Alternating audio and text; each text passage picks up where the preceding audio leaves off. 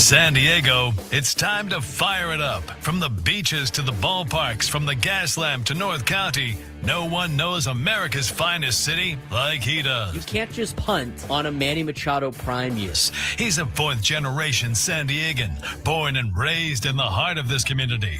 Passionate, opinionated, and always bringing you the real talk on your teams, your city, and everything in between. Braden totally knows his stuff. He's ready for the next step. That guy is good. Live and local, it's the Braden Surprenant Show. But I think Braden's one of the up-and-coming young stars in the media game in San Diego. Now, here's your host, Braden Surprenant. What's up, San Diego? Happy Wednesday to everybody out there in America's finest city. He's Frank Marchese. I'm Braden Surprenant. This is the Braden Surprenant Show, live and local each and every day from 10 to 2 on San Diego's #1 sports station, 97.3.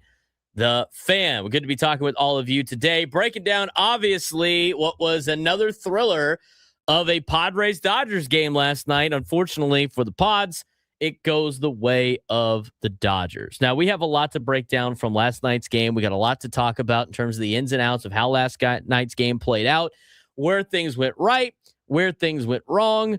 And for me, I think the biggest, what's the biggest talking point right now after last night's game? There's two things. It's the Mason Miller pick off the first, and it's whether or not Sungmoon Song should have caught the ball on the throw from right field. Am I missing anything on that? I think that was probably the two biggest things. It's the entirety of the ninth inning, too, and especially with what Sungmoon Song did on the first pop out, almost running through Fernando on that. So that was also a narrowly avoided disaster. There was a lot of things I thought that went wrong for the Padres last night, and we talked about it yesterday. What fuels the Dodgers? Mistakes, errors. That is what fuels the Los Angeles Dodgers. It is what has fueled the Los Angeles Dodgers for the last 10 years. That's why we talk about all the time. You can't overhype the series or start thinking about it at a higher level than it really needs to be, because when you do that, what happens? You make mistakes. Now, I don't think that's the reason why the Padres made mistakes last night. They're human. Okay, they're going to make these mistakes throughout the course of a 162-game season. Maybe in the higher pressure situations, they made a couple more mistakes than they usually do because it's the Dodgers. But I'm telling you, there was a lot of things that were mistakes by the Padres that are fixable, and there were some things that also didn't go their way. Bottom of the fourth inning, I think that was a situation that kind of didn't go your way. You got the single by Jackson Merrill. You got the ground rule double by Ty France. The problem was, by the time the ball bounced over the fence, Jackson Merrill was already rounding third. So he had to go all the way back. Go back to third base. He probably would have scored if that ball goes off the wall. That's the difference in a one-run game. That's an unfortunate. That's a hang with him right there. That was one of the problems in the game last night. Okay, another thing. Let's go back to the ninth inning. We had the Sungmoon Song situation with Fernando on the almost collision, but the biggest takeaways where, you had Alex Call dead to rights on a pickoff and you throw it into right field. Okay, I think both players in this deserve some blame, if you will. I don't really want to play the blame game, but when you look at that situation and the pickoffs, I don't know about you. Maybe I've missed it. Maybe I'm not paying attention to fine detail of every single Mason Miller outing. How many times can you recall him picking over in any type of game? When you throw that hard, you really don't need to pick off. But in general, how many times has he really picked off? I mean, has he ever been worried about runners on base? I can't. Not really, no. Right? I mean, he's been throw out the whole 30-something innings he went scoreless where he was unbelievable and nobody could even touch. Nobody could get on base anyway. Throw that out the window in any of these games. 1-run games, 2-run games, 3-run games, tie games, any situation that Mason Miller is in, what is he always focused on? The batter. He's hardly ever focused on the guys on base. And I'm not saying he needs to more. There's no reason for him to be. He's an electric closer. He doesn't pick off a lot. This is not like a starting pitcher that does this all the time that might change some things up a little bit. Okay? Maybe he doesn't throw it as hard. But when you got a guy like Mason Miller who's got a snap throw right? And you don't want him to change anything. He's going to rifle it, even though Alex Call is probably a little bit off the base, and he was dead to rights. I don't think it's a pressure got to him situation. Look at the way he picked off. Yeah, you can pick off by quickly moving over there, but you got to throw it, or you can step off. He doesn't step off. He makes the quick pivot move, which means he has to throw the ball. And if he quick pick, because someone's like, well, he's got to see the guy's way off the bag. Why did you take off of it? If you quick pick over there and you're used to quick pick, snap, throw, if you try to quick pick and then all of a sudden you see the guy and you like immediately you're going to be shocked that he's way off the bag. You know what you're going to do? You're going to stop your throwing motion and then you're going to try to throw it again a little bit lighter. And what is that called? That would be a balk. He would have balked. Okay? You can't just go in the middle of a split second move. You can't just go like, oh, I'm going to take off on this. I'm going to take a little bit off of this. He doesn't know how far he jumped when he started to move. I mean, if you watch the play, like Alex Call gets the shuffle on the secondary as Miller is trying to snap throw over to first base. He's going on first movement. Miller doesn't think he's that far over there. So he's going to use his usual snap throw at first. Ty France, after the game, said, I probably should catch that ball. There could be a situation where Ty's looking at Alex Call dead to rights, and he might not be as locked in on the ball coming at him. So I chalk up that play as an unfortunate play. It's a mistake, but that's an unfortunate play. I mean, that stuff's going to happen. You got a guy that doesn't pick off the first a lot, and you got somebody that's having to catch the ball that who knows how hard that ball was thrown on a pickoff play by a closer that throws the ball 104 miles an hour. Mason Miller's at fault. Ty France had a little bit of fault. Overall, it's a mistake. But I honestly can't blame those two guys. I can't sit here and be like, how do you let that happen? That's an unfortunate play. It rolls up the first baseline. Great job by Fernando to hustle over there and get the ball in quickly to at least leave Alex Call at third base. And then you know what? As much as I don't like the guy, Andy Pages had probably the best at-bat I've ever seen against Mason Miller. You know what he did? He just fouled it off. It's like, I'm going to foul this off. Just get a piece. I'm not trying to crush this ball right now. I'm not trying to, swing out of my shoes on a slider. Just get a piece until he makes a mistake and he wears down. That is how you can beat a guy like Mason Miller. The guy's not perfect. He's going to have these mistakes. He's going to have these outings. He threw 35. What did he throw? 25 pitches 2 days ago? Was it 35 or 25? He's thrown north of 40 over the last couple days. He pitched the day before and he pitched over 20 pitches, right? Yeah, and then he was up to 20 something pitches during that Andy Pages at bat.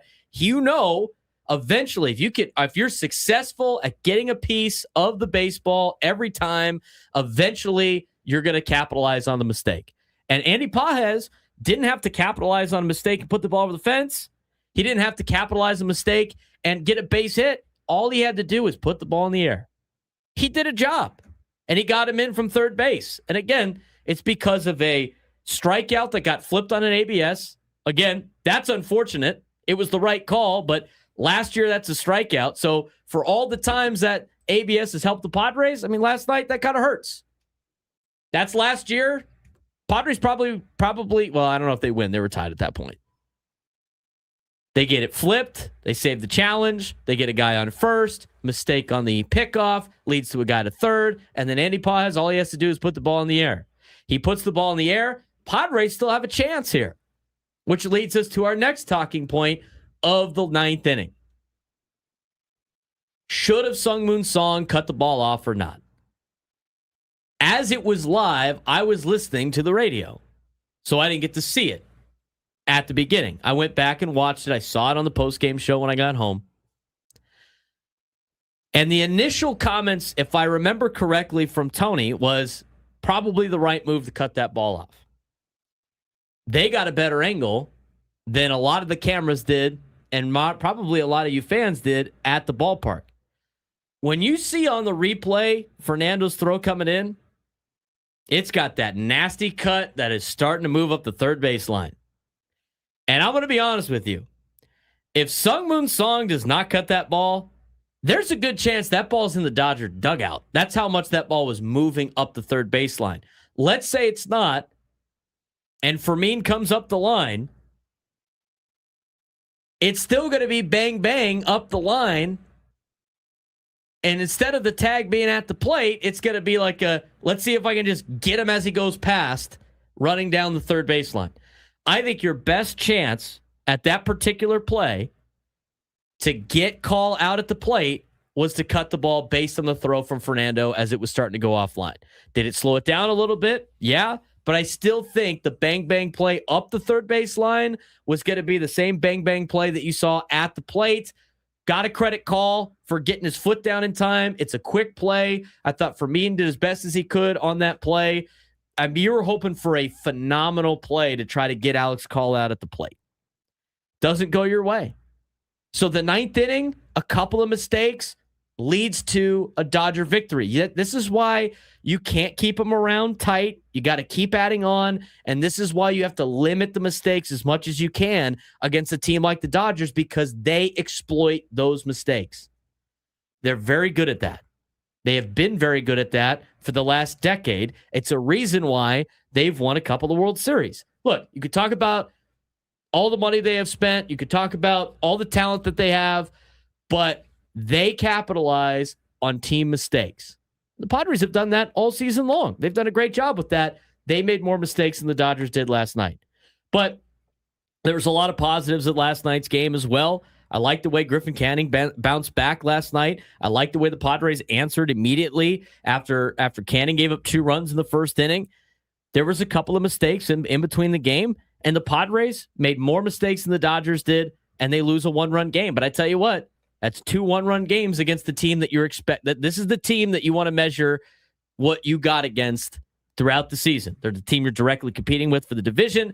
They're the team you're directly competing with in the National League. And based on the state of the American League, you want to win a World Series, you're going to have to go through these guys. And so far, through the first 2 games, 1-run games, I'm telling you, like, they've measured up pretty well. They've measured up pretty well. I think. You cut out some of these mistakes, Padres probably win last night. They went down 2-0. They tied it up 2-2. They went up 4-2. Couple of mistakes in between. Didn't add on. You end up leaving with a 5-4 loss. But guess what? Nobody thought you were going to sweep this team. Nobody thought you were going to sweep the Dodgers. It would be nice if you did. But you take 2 out of 3 at home, you're in a really good spot. I thought this series, going into it, is a measuring stick series. Let's see how we evaluate where we're at against the best team in the National League. I don't care about the Braves right now. This is the team. That's my overall takeaway of the game. We're going to dive into some of the positive things that we saw last night as well. But Frank, overall, you said it best in a text message. This is an even matchup. These are 2 even teams over the last 2 days. This is not the Dodgers are just a behemoth that nobody can beat. This team is a little bit more exposed than we've seen in the past. Yeah, they're not playing at their best, but neither are you. So the Padres, though, clearly, and you brought up 2022 and 2024. I think playoffs of 2022, when they made the trades at the deadline, had made that team not a David and Goliath anymore. But you were never expected to beat them in the playoffs, period. 2024, I still think you were a considerable underdog, but not as much as 2022. This year, watching these 2 games, every advantage that the Dodgers have, the Padres have a foil for. Every single advantage the Padres have, the Dodgers have a foil for. You can compare every position by position. Their starting rotation's better, your bullpen's better. But you can compare starting position by starting position and take these guys and say, yeah, there are some positions where, yeah, I'd rather have their catcher, or I'd rather have the Padre third baseman, or whatever. But you have closed the competitive gap between the two teams to such a significant point now where you are seeing, at least, I would say in my mind, at the very least, that you are now considered equals. It's not David versus Goliath anymore, at least from my eyes. It's not one of these teams is a perennial underdog. The way these two games have played out just shows how even these two teams have really become. And the years of going 3-15 against the Dodgers during the regular season, those are long, long gone. I would not be surprised if the season series went 7-6 one way or the other. I was thinking of that too. In the 13 games, I could totally see that happening. We'll see what happens tonight. But if you just look at the box score, it's evenly matched throughout the entire box score of guys like, oh, Ohtani got 2 hits at the top of the order. Well, Fernando had 2 hits at the top of the order. You got a guy in the middle of the order that hit a home run. You got 2 home runs out of Freddie Freeman. You had a home run at Andujar and out of Manny Machado. I mean, you could go back and forth. Look at the pitching staff. Both pitching staffs gave up 4 earned runs. Both pitching staffs gave up 4 earned runs. The error is what hurt the Padres last night, and that's unfortunate. And I saw it earlier in the chat. Just want to bring this up. I was a little about Mason Miller pitching on Monday. Last night was a night where he is pitching. Your goal in the top of the 9th inning in a tie game is just to get the game to the next inning. After that, as the home team, the top of the next inning is not guaranteed. So your last real opportunity to use your closer is the top of the 9th inning in a tie game. So if you're going to use him, if you have a plan to use him, whether the game is tied or not, that is when he is going in. He is any closer, doesn't matter who it is, any time through history. Rivera's going in that spot. Hoffman's going in that spot. Billy Wagner's going in that spot. Jacob Junis is going in that spot. If you have your closer and he is available going into the top of the 9th inning in a tie game, that is when he is pitching. Because the top of the next inning is not guaranteed after that. So if that is a bullet that you are insistent on using in that game, you're going to use it in the top of the 9th inning just to get to the next inning tied. Yeah, you have to use your best pitcher right there. I agree. I mean, we're gonna break down some of the other parts of this game that I think went wrong for the Padres. I personally watching. I don't know how many more times you can use Jeremiah Estrada against the Dodgers. For some reason, it does not look great. I mean, I saw the Cassaville tweet from yesterday. We'll talk about that when we come back. But every time that you say you can't use one guy, you have to have an answer of who you would use. So we'll talk about that when we come back. I thought Griffin Canning pitched well, considering where the direction he was trending in his last 2 starts. I think he started to flip the trend a little bit. I like the way he responded after giving up 2 runs in the first inning. That could have spiraled out of control, like the way the Padres responded offensively. But you lose a 5-4 game, you make a couple extra mistakes than the Dodgers did. That's why you lost. And unfortunately, hey, that happens in baseball. Got to get him again today. 833-288-0973, 833-288-0973. Just getting started on a Wednesday. Braden Surprenant Show, San Diego's number 1 sports station, 97.3 The Fan. San Diego FC just gave us the perfect summary of their season in 1 week. First, they absolutely destroyed Austin FC 5-0. The attack was flowing, young players were shining, and for the first time in months, they looked like themselves again. Then came FC Cincinnati. Another entertaining game, another late lead, another collapse. San Diego scored what looked like the game winner in the 96th minute and then gave up the equalizer just seconds later. Literally seconds later. At this point, we know exactly who this team is. Exciting, talented, aggressive, and still learning how to close games. The upside is real. The potential is obvious, but late game defending continues to haunt them every single week. The big question, how long can you keep saying they're young before the results actually have to change? San Diego FC just had 2 matches this week, and we will go over both of them here in this update. The first match was on Wednesday this past week, finally getting over that hump and getting the win. The Austin match on Wednesday was the team that we remembered. For one night, San Diego looked like the club that made the run to the Western Conference Final last season. Everything clicked. It was crisp passing, fast movement, clinical finishing, all the confidence in the world. They scored twice in the opening 17 minutes, eventually cruising to a 5-0 win. And that was a team that looked like they could have put up 10 against Austin FC. Young players stepped up everywhere. David Vasquez scored his first MLS goal and then got another one later on in the match. Pedro Soma scored an absolute rocket that was named man of the match. Marcus Ingvartsen stayed red hot, and of course, Anders Dreyer scoring in the 17th minute. This was the first time in months San Diego truly looked free again. Coach Mike Ivaris calling it something that has been, quote, building little by little. And I was at that match. You could tell very, very easily. Remember, we had talked about on the show leading into that match on Wednesday that Austin FC was worn out from the travel, and they certainly looked like a team that was playing with schedule issues very much in mind. They did look very, very tired. That was not a good team. And that's a game that San Diego FC has to win. They had only won one match away from home. Austin FC had all season long, taking advantage of a tired team.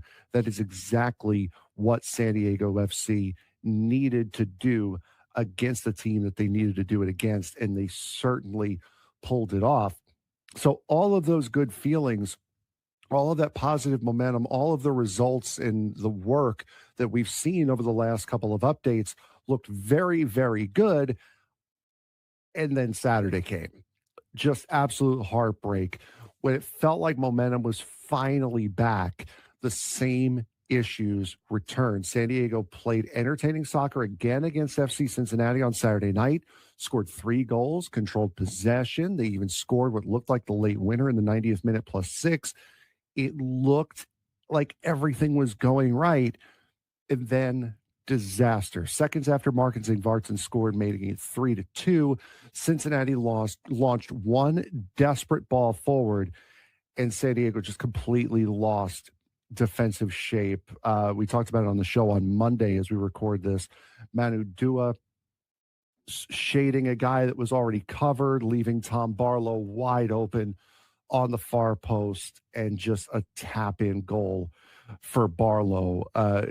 Another late goal, another defensive lapse from these young defenders, and another result just thrown away by the wayside. So the defining theme of this season thus far has been that they can play with anybody offensively, which is why I don't lend too much credence to, oh, it's Chucky Lozano, free Chucky, all this stuff, because he's not really, nothing that he is going to bring is the real issue. Nothing that he is going to bring is going to fix the problems that San Diego FC have. All of the problems that San Diego FC has are from the defensive side, the young defense that this team has, making mistakes. You also have the young keeper in Duran Ferri also making a number of mistakes when he looked really, really good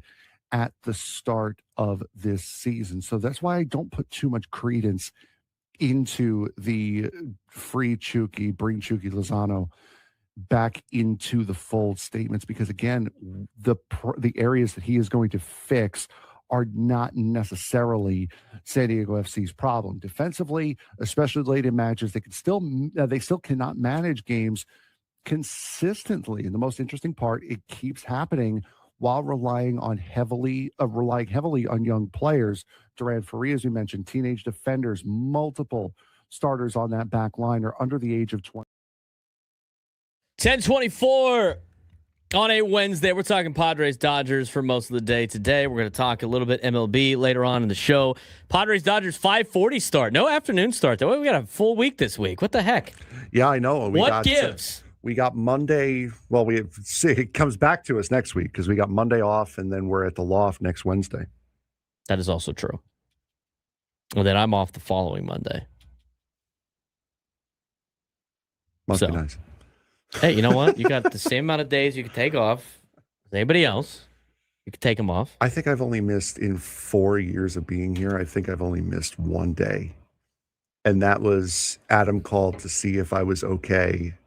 And I said one word, and he's like, "Oh, dear God." Oh, no, you're not. He's like, "Oh, dear God. Yeah, get some rest. Go back to bed, dude. Where you become, what is that, patient zero. Well, no, and it wasn't even because I was sick. It's because I thought, because I sleep with a CPAP machine. Oh, yeah. And I thought there was enough water in it for the humidifier overnight, and there wasn't, and it dried out my throat, and it sounds a lot. If you dry your throat out with a CPAP machine, it sounds awful for like a week. It's not fun. But other than that, I felt fine. Other than that, it was great. Yeah, no, other than that, I felt fine, but you fool a lot of people. You think into having some sort of uncurable disease. 833-288-0973, 833-288-0973. We are broadcasting live at the Bill House Studios. We know how. We haven't even really paraded the fact that we called the winning number last night. Yeah. 5 runs. First to 5 winning the day. And also, what was my bold prediction yesterday? You said three or more runs off Sheehan in 1 inning. That being the 3rd inning. How many runs did the Padres get in the 3rd inning? Did they get 2 in the 3rd inning? They also got 2 in the 1st. They got 2 in the 3rd inning. Why couldn't it be a solo home run in the 1st and then a 3-run homer in the 3rd? So close. So close. I thought Merrill hit a home run. I picked the wrong struggling star. Machado hit one instead. Any one of you guys ever find your way into a casino with me? If you ever find me at a roulette table, bet on one number off each way from where I'm betting. Roulette table, craps table, any of those tables. I'm surprised. I'm surprised. Nate Taylor in the YouTube chat hasn't DM'd you on Instagram about the next time he's going out to Barona or Hamul Casino or 7 Mile Casino with the morning show. If we're going out to Barona on a Saturday, I'll most likely be at the racetrack. I'll pass the casino right up. You like the ponies? Well, there's a lot of ponies. You like betting on the ponies? Yeah. That is so Italian, dude. Well, no, there's like a couple thousand ponies that I'm betting on. Frankie Marchese walking in. He's got the linen shirt. He's got the linen pants. He's got the chain popping out, showing a little chest moss. Not at that kind of dirt track. I'm here to bet the ponies. You run it into you got to bet on like 500 ponies at once because they're all together. You probably run into my cousin Joe Moreno over there. Joe Moreno's cousin Joe is always trying to be like, let me get on your show and let me give you I will be your betting expert on the horses. I don't know. I don't know if you have the credentials to be my betting expert on the ponies, Joe. But I'm trying to slowly guide you into the fact that I'm actually talking about cars. No. There's the car racetrack up at Barona. No, I want you betting on the horses. That's what your Italian heritage is about. There's one video. You're supposed to be over there. You and my guy, Eli Deason, can show up to the track, pop the chain out, show a little chest moss, got the linen shirt, linen pants, get the aviator sunglasses. You might have to grow a mustache out. You know what? Who cares? But show up there and just embrace your heritage. There's one video I always get sent by my friends. There's a horse standing in front of like a Mustang car or a Porsche or whatever. And the guy telling the horse is like, yeah, I don't know how they do it either, but they fit 500 of you in that thing. I love that. I love that meme. 833-288-0973, 833-288-0973. Let's get out to Dan in Arizona. Dan wants to talk about last night's game. What's going on, man? Hey, how you doing? I want to just make one correction. The last time I called in, you mentioned that I live in Yuma. I do not live in Yuma. I live in Chandler, which is in the Phoenix metro area. Which is way better than Yuma. The only thing I do in Yuma is get gas before I have to pay extortion prices when I get to California. My mistake. That what? That's insulting. I mean, well, I don't want to insult the Yuma people out there, but I would much rather live in Chandler, Arizona, than Yuma. Yes. Now, about last night, I first of all, you forgot to mention Teoscar Hernandez's ball hitting third base and becoming a double, which cost us a run. That was another bit of bad luck. But I don't get Fermin. After we got screwed on the ball that France hit, and Merrill had to go back to third, why did he let Fermin hit? The guy can't. Because was he batting 150? That's when he should have used Laureano. And later, when Sheets was up and he put Laureano up, I mean, Sheets is the hot man. I just don't get those moves. I don't get the move going for Sheets either at that point. I mean, also, if you want to be superstitious, when you look back at the videos of Tatis from a few years ago ripping the ball, his hair was a lot shorter. He needs to get a haircut. That's what it is. Yeah, you know what? At this point, superstitions might have to be in play. Everything else, we tried everything else. Nothing else worked. Cut his hair. Hey, you know what? He got 2 hits last night, Dan. He got 2 hits last night. Fernando comes to the ballpark today bald after hearing Dan in Chandler, Arizona's call. Why are you bald, Fernando? Some guy in Yuma said I need to get a haircut. Oh, Chandler. Oh. Fernando 2 for 5 last night. Did you hear the I did. That part of the press conference? Mm-hmm. Oh, my God, dude. Oh, my God. It's a major eye roll, bro. Major eye roll. Same guy, too. Well, the same guy with Manny. Yeah, that was also just same major eye roll. Same guy with Manny, same guy pregame yesterday that we discussed on the show. Hey, you know what? I get chuckles out of it. I feel that's super awkward for everybody else standing in those scrums. But I sit back and like, I can't believe it. You know what? Credit Craig. Craig's firing back. I love it. Yes. I love it. He didn't even ask a question. He was just like, Fernando is struggling. And Stammen, he had 2 hits tonight. Bang, ended that conversation. It's not even a question. Fernando is struggling. What's the question? And then tries to debate Lord actually his way out of it. The Machado thing. Oh my God. Hey, you're struggling, dude. What's wrong? I'm just working on it. Yeah. What's wrong, man? What are you working on? I'm not telling you that. You could tell, like, somebody posted a clip of it, and like Manny heated. Manny wasn't that heated. He wasn't. But you could tell. You could tell when Manny is upset. Manny was like, "I don't want to answer this guy's questions anymore." Terrible. Let's get out to Brandon in Carlsbad. Brandon's got to be fired up after game 1, which we didn't hear from Brandon after game 1. Probably still fired up, even though the Padres lost. Positive vibes. What do you got going on for us today, Brandon? Hey, boys, like you always say, let's have a day, huh? You know, you guys said it great yesterday. I didn't get a chance to give a call. First of all, let's always check in on Frank. Frank, how are we doing, Frank? I'm doing good. How are you? Good. Yeah, I mean, dude, brother, as you guys know, we live in San Diego. I mean, it's San Diego. You know, we're undefeated in that aspect. No one can take that. We're world champs, San Diegan weather, just the beauty. With that being said, good, Frank. I'm glad you're doing well. Yeah, you guys said it great yesterday. I'm done giving Dodgers the hype. We're all tied for first. Hey, you know what? A great quote from an athletic psychologist that was working with one of the fighters that I was cornering years ago, and that's shout out to Joey the Executioner Beltran from Carlsbad, UFC vet, bare knuckle boxing heavyweight world champion. His mental sensei would tell him, stop painting the picture of your opponents. Have them make a monster out of you. Don't make a monster out of them. So with that being said, we got to stop doing that with the Dodgers. I'm just as guilty as the next. Now, we'll wash that off the board. Whoop-de-doo. Dodgers, back-to-back world champs. Good for you. It's amazing to have all that money and still live in a freaking S-hole. But we're going to go in tonight. Tatis is going to get that home run off of Ohtani. And I'm going to call back in tomorrow and say, I told you so. And if we don't, because that's a possibility, I'm still going to call in and say, let's go, Braden. Let's go, Frank.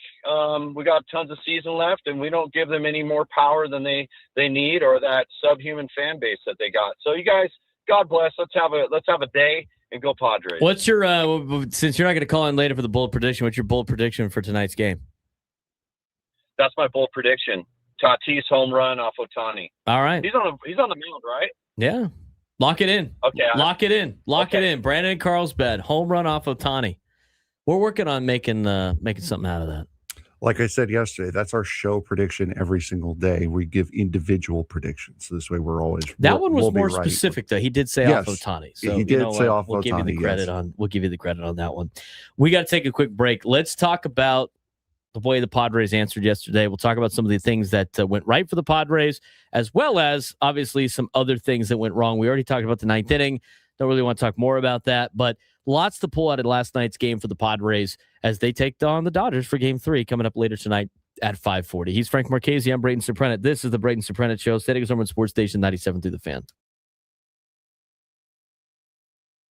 There's a look at some of them. We're going to have Frank kind of walk around as I kind of go through what some of these promotional items are. But the Padres today announced their 2026 promotional schedule, including giveaways, theme games, and events. Every homestand, you can get single game tickets for the 2026 regular season home games on sale on Tuesday, February 3rd. So you got to still wait until next Tuesday at 10 in the morning Pacific time by visiting www.padres.com. Season ticket members have priority access to tickets and enjoy the best available seats. Season ticket memberships have sold out for the fourth consecutive season due to franchise record demand, and therefore all remaining tickets for the 2026 season are available on a single game basis. So these will be, you could buy tickets starting on February 3rd. There are 15 all-fan giveaways planned for the 2026, highlighted by fan favorites such as high-quality wearables, stylish hats, and bobbleheads, all of which take place during select home games throughout the season, limited to the first 40,000 fans in attendance. There are 3 different styles of hats this year, and there's a bunch of other stuff. We're going to get to that, but we'll just kind of go through the beginning of the season to the end. And see if you can follow along here, Frank, with what we got. But the first giveaway will be on Friday, March 27th. That's the day after opening day. That's the Tony Gwynn opening day. There's going to be an opening series scarf presented by Sequan Casino Resort.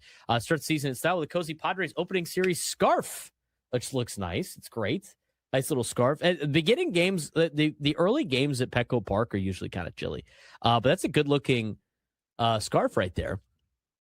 So that will be against the Tigers on Friday, March 27th. On Monday, March 30th, this one's super cool. On Monday, March 30th, they have the night. I'm a sucker for 1998 stuff. They have a 1998 belt bag, which is perfect for it's a bag that you could bring into the ballpark, which is awesome. I know my mom's got a bag like that. My girlfriend's got a bag like that. There's a lot of different. My sister's got a bag like that, and a lot of people use them to get in the stadiums, but now you can have a Padres one, which is great. So 1998 colors too. So they've seen they've debuted the original one that they had. They've had a City Connect one, and now they got a Padres 1998 belt bag. So that will be pretty cool for everybody out there. That's Monday, March 30th. On to Thursday, April 9th against the Rockies will be the Manny's Hot Corner bobblehead. So it's Manny Machado playing third base. They got the flames around the side. It's presented by McDonald's. First 40,000 in attendance. Display-worthy collectible features Machado at third base and is a keepsake for all the faithful. That's a nice little. I like the little bottom there. That's pretty cool. What is that? Is that the armband? Pink armband? Yeah, it looks nice. Again, if you want to go back, you can rewatch this on YouTube and take a look at everything in the on the deal here. Let's move on to the next one. Wednesday, April 15th versus Seattle Mariners. The puffer vest presented by State Farm. That's that vest right there on the table. That's pretty nice. The best part about this is, like, when I was a kid, like, some of the giveaways were kind of lame, but now they have made them so legit. I mean, that's a nice little vest right there. It's presented by State Farm. That will be, again, on April 15th against the Seattle Mariners, a Wednesday game at 6:40. Not a Wednesday day game. That's a Wednesday night game. First 40,000 fans get that. Against the Cubs, there's a waffle beanie presented by Motorola Razr. Waffle beanies on April 28th against the Cubs. Top off your fit with a soft waffle beanie made for night games at a ballpark photo op. This item is limited to the first 40,000 fans in attendance as well. So that's pretty cool. I like the bobblehead. The one they had last year was cool too. But the beanie. The one they had last year was cool too. First bobblehead for Mason Miller, Thursday, May 7th, at least in a Padres uniform. They got the Mason Miller bobblehead. Watch your speed. Elite pitching with a bobblehead that nods to Miller's clutch moments on the mound. He's got fire coming off of the baseball on his delivery, which is super cool. You can bring that a little bit closer to the camera if you want. Yeah, that's pretty awesome. So Mason Miller bobblehead giveaway Thursday, May 7th. And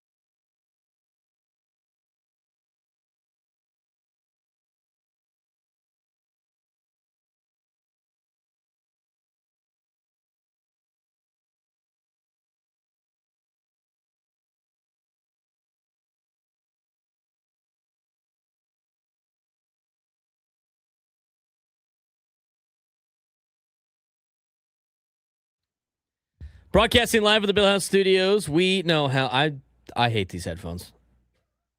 I need it. We're changing this. Battle of the headphones. I can't do it anymore. We've lost. I can't do it anymore. We've lost Braden here. Can't. It's just every slight touch to the headphone and the whole thing goes out. Maybe it's the headphone jack. Yeah, it might be the. Well, this headphone jack is also not great. How about that? All right, we're a little bit better now. It might be where you're plugging it into, because we were having that problem on this side and it wasn't. I ended up buying new headphones because of it. These headphones are better because I can like do this with the cord. You know what it is? I don't want to throw them under the bus, but I don't know why certain people that sit in this chair wrap their cord around the headphones. It's like this. Just destroys the cord, man. God. It's probably why those headphones don't work. Over, under, over, under, over, under, over, under, over, under. I don't even do that. Well, you can't really do it with these, but like, don't wrap this around the headphones tight. It's gonna ruin the headphone cord. I just fold them in half and then in half again, so I end up with like a grouping like that. Just the first day of sports broadcasting class, they had to teach us about rolling cable. That's where I impress Crumb sometimes, because I can roll those cables faster than he can. You had to roll. They teach you how to do the over under technique for rolling cable. I roll all my cords like that. I'm gonna tell you right now, it's the best thing ever because it stays packed, never gets tangled. Just pull it out, nice and easy. Do that with the Christmas lights. Do that with all extension cords. So you don't, and it doesn't wreck. No. That's gonna wreck the arm. It's gonna wreck the cord. You hold the cord over, under, over, under. Your hand's over, too under. low. I'm showing it to you. Over, under, over, under. Okay. Super easy. Doesn't ruin the cords. What ruins the cords?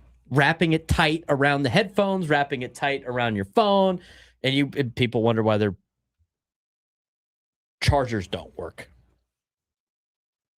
Just saying. So, first day of class, they teach you how to do the over-under. Here's a 500-foot triax cable.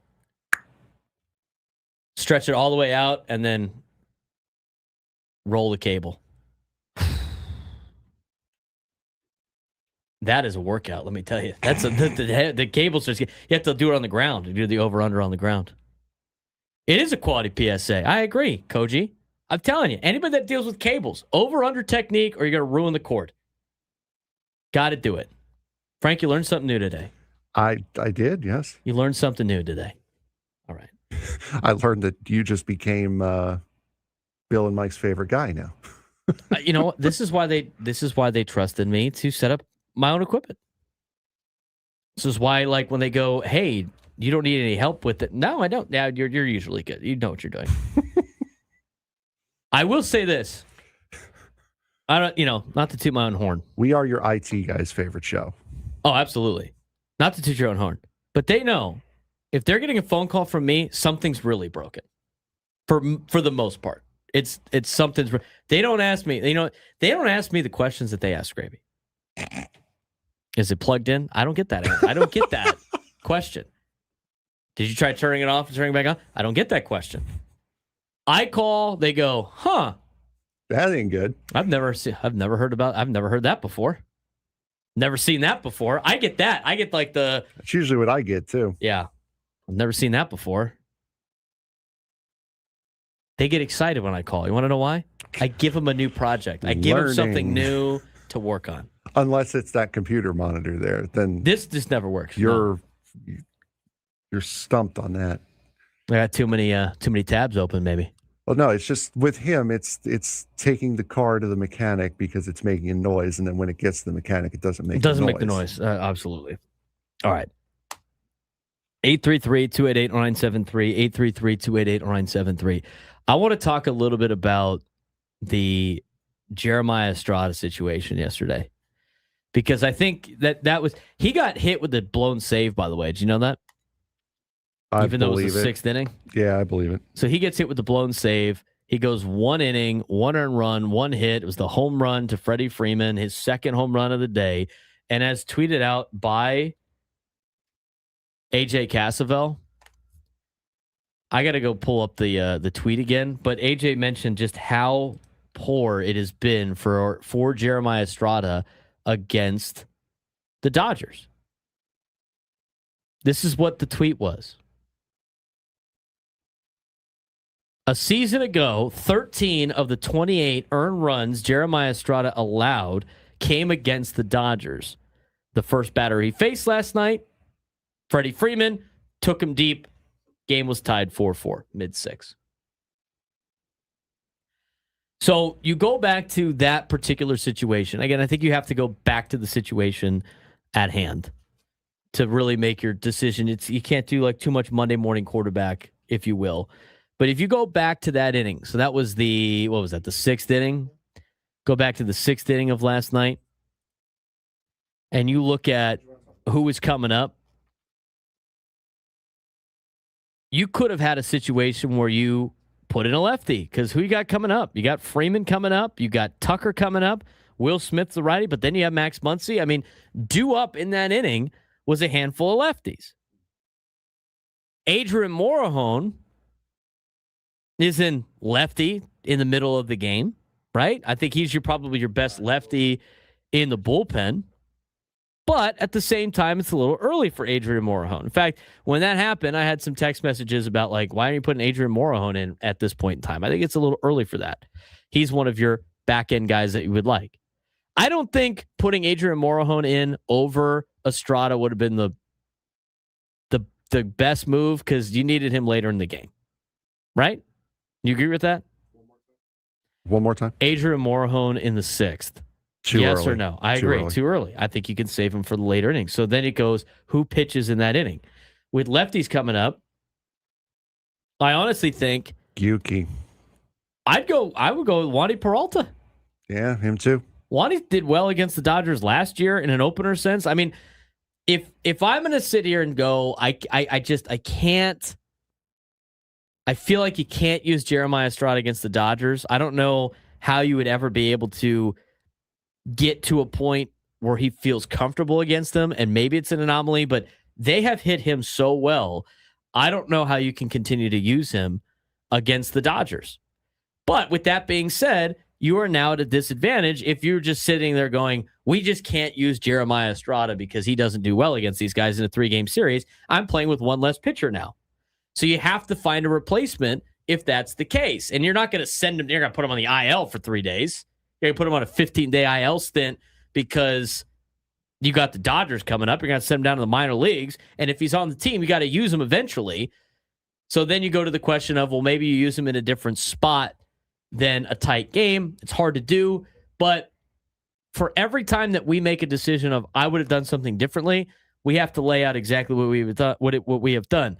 I probably would have pitched Wandy Peralta in that particular situation, which I think scares a lot of people. There's probably some people driving around right now just screaming at the radio, God, this guy's an idiot. I think Wandy Peralta would have been in a better spot there in the 6th inning. I know it was a 4-3 lead, but I honestly, with the way that the game played out and having to use those high leverage arms later in the game, and I want Morejon a little bit later in the game, since Canning can only got you 5, I think you go Peralta right there in the 6th, and that's not necessarily saying that was going to be a different result, but I know you got to believe in your guys. I love that Craig Stammen does that. I don't know how you could have Jeremiah Estrada pitch against the Dodgers. It's his numbers say he can't do it. It just seems like every time he pitches, he's giving up a home run. I mean, and that happens. I mean, there are players that just see another jersey and they either turn red or turn cold. So that's really not all that, I guess, surprising that would happen. It's interesting with Jeremiah that it's the Dodgers and it's really no other team. What'd you say before? 13 of his 24 runs that he gave up last year? 13 of his 28 runs he gave up last year came against the Dodgers. Yeah, that's it's so noticeable. Like, yeah, there's numbers to back it up. It's not just like, oh, I feel like every time Estrada pitches against the Dodgers, he gets killed. But the reality is, you look at his splits, you look at his career splits, he does not do well against LA. They got his number. They know what they know how to hit him. They're not afraid of him. I don't know what it is. I don't know if it's a mental thing for him, but he does not get the results against LA. He just hasn't in his career. Like, go pull up his career numbers against the Dodgers. It's probably not fantastic. I'm pulling him up right now, the game level. I mean, you want to look at his ERA against the Dodgers? I mean, there's only one other team that has done better against him, and it's because he's only thrown 2 innings, and that's Detroit. He has an Jeremiah Estrada's got 11.57 ERA against LA. He's 0-3 with 11.57 ERA. He has given up 15 earned runs in 11 2/3 innings. 18 hits, 6 home runs. Nobody has homered more against Jeremiah Estrada than the Los Angeles Dodgers. Look, I get it. Division opponent. You see him a lot. But there is nothing to suggest that he's got good numbers against LA. And even his strikeout to walk, it's 13-11. His strikeout to walk against everybody else is way better. And against the Dodgers, he's got 2 more strikeouts than he has walks. He can't, it just is. It can't happen. He can't do it. The stats back it up. And until he can show you that he can in a situation that's not like do or die with a 1-run lead or a tie ball game, it's hard to roll him out there. Looking at just using this for intrigue, really, Yuki Matsui's numbers against the Dodgers. Because remember, you said you had a friend who is a Dodger fan. Oh, they hate Yuki Matsui. That can't stand when Yuki Matsui comes into a game. Yuki Matsui has 12 innings against the Dodgers in his career. 2.25 ERA, struck out 15 to 7 walks, allowed 3 runs on 13 hits. I can see why the Dodgers don't like Yuki Matsui. Yeah. I can see why Dodger fans don't like Yuki Matsui. That's in his career. Yeah, that's his career. I would not have been all that upset with him pitching in that spot either, especially because it's early in the game. So it's earlier in the game, so you have some time to catch back up and recover what damage he may have caused. Same thing with Jeremiah Estrada. But yeah, I would have felt comfortable with Yuki being there. If you look at Wandy Peralta's stats, and he's pitched for a lot longer, obviously this is his career numbers against the Dodgers. He's 1-1 with a 3.68 ERA and 29 in the third innings pitched. That's not like something to write home about, but I tell you what, it's still better than Estrada. I don't know how many times you can keep rolling him out there. Yuki's 1-0 with a 225, 15 strikeouts, 1 save, and 14 appearances against the Dodgers. If you want to look back to 2024, Wandy Peralta had 5 games at a 1.80 ERA against LA. Something to digest when we get back in the 11 o'clock hour.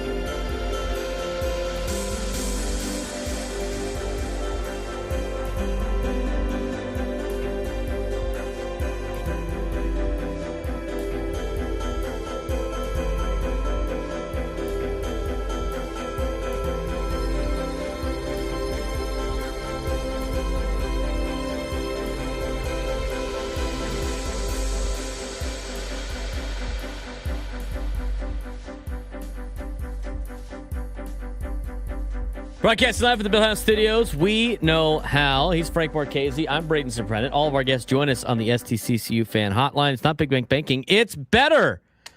Good to be with all of you today. We talked a little bit about Jeremiah Estrada versus maybe Wandy Peralta in that particular situation last night. You know, I think you're splitting hairs. Eventually, you got to be able to overcome some of the mistakes you make, and you got to make less mistakes than the other team. The Padres made more mistakes last night than the Dodgers did. You lose by 1. That happens in baseball. It's unfortunate. Series is tied at 1. Trying to win the series tonight. It's going to be a tough task. Shohei Ohtani's on the mound. Sounds like Dave Roberts is going to let him pitch and hit tonight. He's only done that a couple of times this season. Trying to limit his workload as well. Randy Vasquez on the mound for the Padres. I think this series has been so far a pretty good measuring stick. Regardless the outcome of tonight's game, I think this series has shown that despite the Padres and even the Dodgers not playing their best baseball, it's a very evenly matched series, which I think bodes well for the rest of the season. And I saw Juan Ruiz in the YouTube chat mention it, and I totally agree. This is probably a fun series to watch for everybody else in Major League Baseball that's not living and dying every pitch, to be honest. That's what makes the 2026, the 2016 World Series so much fun for me, is that I got to watch a great series and I didn't have to care about who won and lost. Right, exactly. 833-288-0973, 833-288-0973. Let's get out to Mark in Santa. Mark, what's going on, man? Hey, Braden, Frank, how are you guys? Appreciate you guys. Hey, a couple things, Braden, I was telling Frank offline was, I'm probably not sure if you remember this, about it was probably 3-4 weeks ago, and we were talking about concessions and how much things cost. He said one of the good things about it is that you can bring your souvenir cup to every game and get a refill. Well, ever since that day that you mentioned that, they stopped doing that.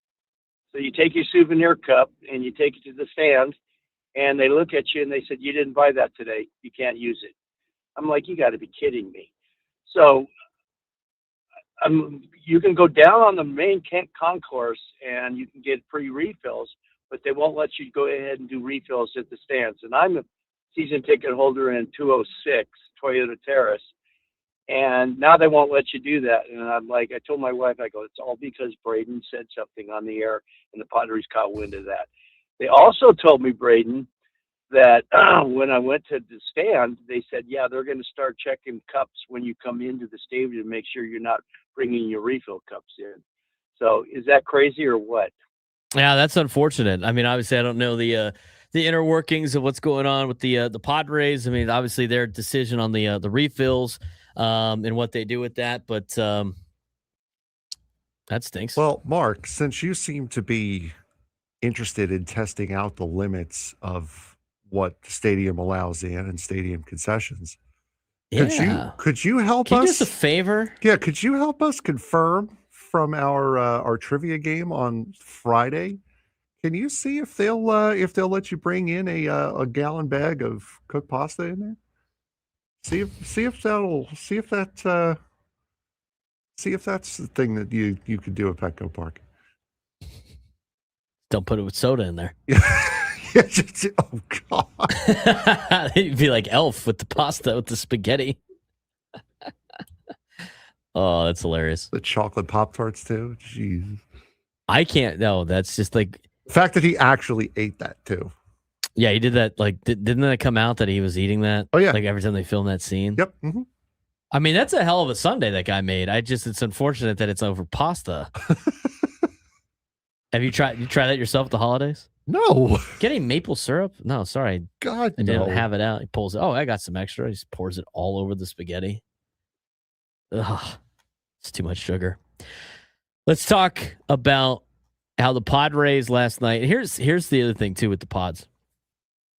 I want to start with I want to go kind of transition back to some of the positive things about last night's game. I was really encouraged by Griffin Canning last night. 5 days after what was a disastrous outing where he walked 5 batters and got shelled, Griffin Canning bounced back effectively. I mean, the key takeaway is he attacked the strike zone aggressively. Outside of one mistake to Freddie Freeman in the first inning, he competed, limited the damage, and gave the Padres 5 innings against a really talented lineup. And that's very important because the Padres don't necessarily need Canning to dominate. They need Canning to go the whole 5 innings and 4 runs or less, right? 5 innings, 3 runs or less, depending on where he's at in the rotation. I would consider Griffin Canning to be your number 4 starter in this rotation, but he needs to keep the games manageable, preserve bullpen depth as much as possible, avoid catastrophic starts. He did all of that last night. I think that was a successful recovery outing for Griffin Canning, and I think that helps. Again, you're starting to see this. We keep saying this over and over and over again. You're starting to see this rotation stabilize a little bit, materialize, if you will. And I think Griffin Canning did a great job last night. And for Griffin Canning, like we said, that he's a guy who has said that he likes playing in big game moments. He's a guy who elevates his performance. It didn't look like that after the first inning with Freddie Freeman. And Ohtani, I think, led off the game with a double as well. So it didn't look like a great start, but again, to his credit, he was able to settle in, allowed one more run in the 5th inning, and then he was on lockdown. So you have to expect, like I said last week, you kind of have to expect him to give you bare minimum number 5 starter for a little while before you start expecting a little bit more out of him. 6 innings, 2 runs, something like that. So I think he is well on the course to be able to hit that, because that game could have spun out of control on him very, very quickly, and he was able to rein it back in. Right. I mean, when I saw that happen last night, I'm like, oh, here we go again. This is going to be a tough game for the Padres to win. And sure enough, I mean, you got to give the man his flowers. I thought that he bounced back well last night. He gave you the outing that you wanted, and you need as a starting pitcher, and he left the game with the lead. He gave the Padres an opportunity to win last night. That's a check off a good outing, solid outing out of Griffin Canning. The other player I thought had a pretty good outing and a really good bounce back from like the start of the season. I think I got to give Adrian Morejon some serious credit. I thought last night was awesome for him because it is one of the more encouraging developments for the Padres with Morejon's 8th inning. I mean, he gave up a leadoff double to Ohtani, which is the guy that he comes in to try to take down, right? He's the lefty that has to face Ohtani. Before it was Tanner Scott a couple years ago. Now he's pitching for the Dodgers. And after a leadoff double by Ohtani, he was able to strand him at third base. He struck out Freddie Freeman with a 100-mile-an-hour heater. He got Kyle Tucker to ground out. That inning may quietly become a turning point in his season. I mean, after an all-star caliber year last year, Morejon opened this year with a 5.66 ERA. He admitted the frustration over bad luck and things outside of his control, which he got a lot of. He got a lot of things to not go his way. I look back to the game that I went to in Boston where he had, threw the ball to second. Jake Cronenworth dropped it, trying to turn 2, right? I mean, that's an unfortunate mistake that happened behind him. He had a lot of those happen so far this season, and he acknowledged he was losing some concentration earlier in the year because of a lot of these things that he could not control. But Morejon, in the daily newsletter from Kevin Acee today, said he simplified his mentality. Stop worrying about outcomes, focused only on pitch execution, and the recent results for Adrian Morejon, 3 1/3 scoreless innings over his last 4 outings. He's improved command. He's improved his confidence, better pitch quality and leverage spots. And for the Padres, a locked-in Morejon changes the entire bullpen ceiling. It's good to have him get back to normal. And again, we've seen a lot of these players for the Padres, position players, starting pitchers, bullpen guys. The ones that haven't gone off to great starts are starting to really settle back in and regress back to the mean in a positive way. That's going to show that this team is going to be a real contender in the second half of the season, or for the remainder of the season. It's good to have Adrian Morejon being back into locked in Adrian Morejon. I think you saw it last night.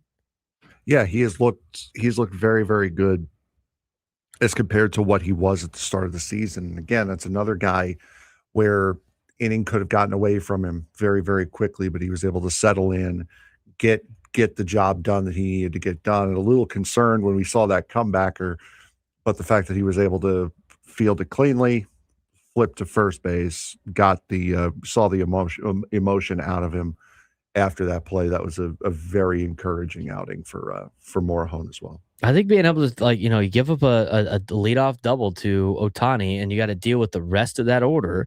That's a dangerous order for the Los Angeles Dodgers. You get out of there unscathed. I mean, I think the bullpen. I say what you want about last night in the air, and the ball that Estrada gave up, right? The bullpen has been pretty good at working their way out of some trouble in these last two games. I mean, they did it multiple times on Monday night. Yeah, they did it. I think in the 8th and 9th inning on Monday night. They might have done it in the 6th too. They were getting their way out of. Oh well, not the 6th because King went 7 innings. Yeah, but King got it. Yeah, King got himself had an issue. Yeah, King got himself out of issues too. I mean, the Padres pitching this series, they have gotten themselves out of trouble, and it's great to kind of learn that right now in the regular season because you're going to need that in the postseason. I mean, teams are going to threaten in the postseason. They're going to threaten you. They're going to put guys on base. They're going to get leadoff guys on. They're going to capitalize on walks. And right now you're learning how to deal with that over the course of 162. And I think the Padres bullpen's been great. No, it has. It has been absolutely phenomenal. And by the way, we're highlighting a chat right now. Captain DJ, because of Braden and Frank, my wife loves baseball. She loves the stats talk. We are now listening together as we eat lunch outside. Go Padres. Shout out to Captain DJ 9790 and his wife. That's what this is all about right here. Hopefully you guys are having some good lunch. Yes. What's for lunch, Captain DJ? Are you hanging out with Rod and the boys over in Spiros? Hanging out with Chris Ello at Spiros and Coronado? Huh? 833-288-0973. 833-288-0973. Manny Machado, Jackson Merrill, Fernando Tatis Jr. continue to search. When we come back, we'll talk about those three. Some improvements for some of them, what they still have to work on, and what Manny thought after the game. We'll get to it all when we come back on the Braden Surprenant Show. Standing number Sports Station 97 through the Fan. And then there were four. The NBA Conference Finals are set for 2026. In the East, it's the New York Knicks versus the Cleveland Cavaliers. New York comes in rested after a sweep led by Jalen Brunson and Karl Anthony Towns. Cleveland just survived 2 Game 7 wars, riding Donovan Mitchell and a physical front court into the conference final hunt. In the West, it's the Thunder versus the Spurs, a showdown between the top-seeded Oklahoma City Thunder and a young San Antonio team led by Victor Wembanyama. OKC swept both the Suns and the Lakers, but the Spurs actually won the season series against Oklahoma City 4-1. This is a star power versus depth series. Rest versus fatigue, and experience versus rising dominance. At this point, it's simple. 4 teams left, and every possession could decide who gets to go to the NBA Finals. The 2026 NBA playoffs have reached the conference finals, and what we're left with are 2 heavyweight matchups that feel like they could go all the way to Game 7 of the finals themselves. In the East, the New York Knicks take on the Cleveland Cavaliers, 2 preseason co-favorites who have lived up to expectations and now meet with a finals berth on the line. In the West, it's the top-seeded Oklahoma City Thunder against the breakout San Antonio Spurs, a matchup between the defending champions and a team that looks years ahead of schedule. This is where playoff margins disappear. No more series to grow into. It's win now or go home. Previewing the Eastern Conference Finals, the New York Knicks arrive well-rested after sweeping the Philadelphia 76ers and finishing their second-round series early. The Cavaliers, on the other hand, just survived a grueling Game 7 road win against the Detroit Pistons. That rest versus rust dynamic could matter immediately in Game 1 at Madison Square Garden. New York's formula is simple but lethal. Elite offensive rhythm from Jalen Brunson and Karl Anthony Towns, paired with a defense that has consistently shut down opposing scoring cores. They've looked very, very comfortable in every series so far.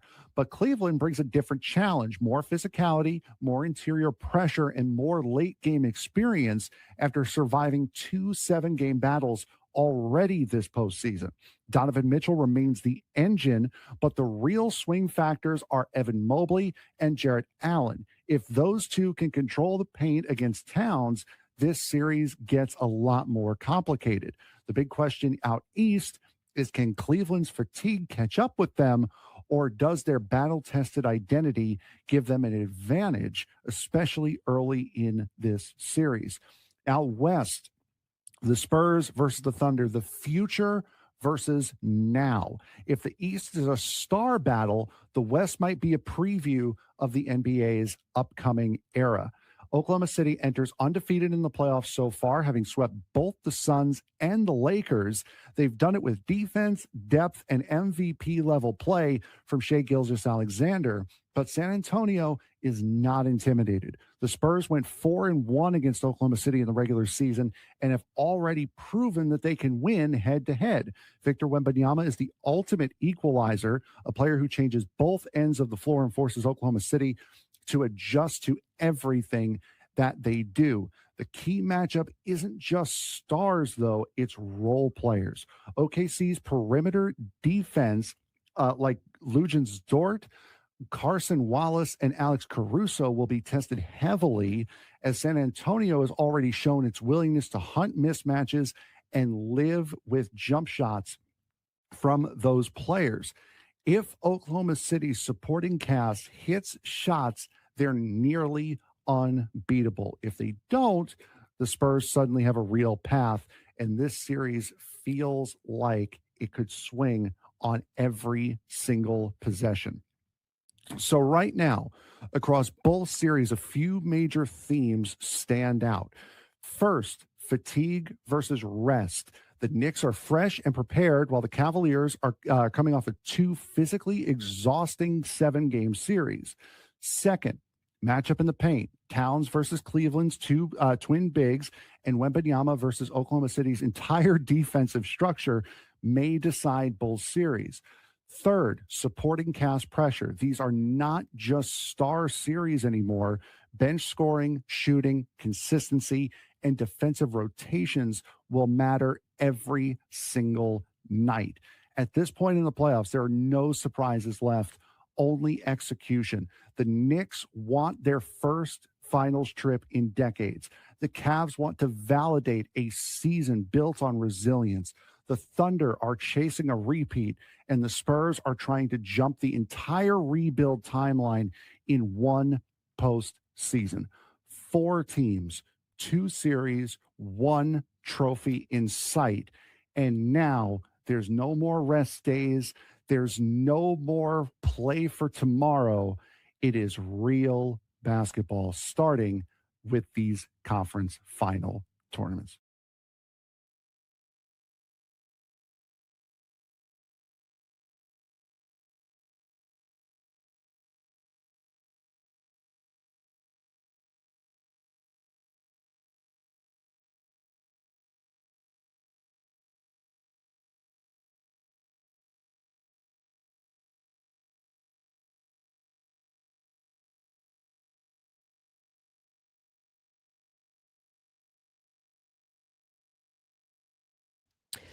$11:18 on a Wednesday. He's Frank Marchese. I'm Braden Surprenant. It's the Braden Surprenant Show, live and local each every day from 10 to 2 on San Diego's number 1 sports station, 97.3 The Fan. Talked a lot about the 9th inning yesterday. I do want to. Do you have that sound still from Mason Miller on his outing? Yeah, I can. I'll let you I got it. get a hold of that. We talked about the pickoff play in the open. We talked about whether or not Song should have cut off the baseball on the throw from Fernando. We both agree that was probably the good move, because if he did not cut the ball off from Fernando in the 9th inning, it was probably going way up the third baseline. Go back, watch the replays, watch that ball start to cut on Sungmoon Song. I think that was a good play.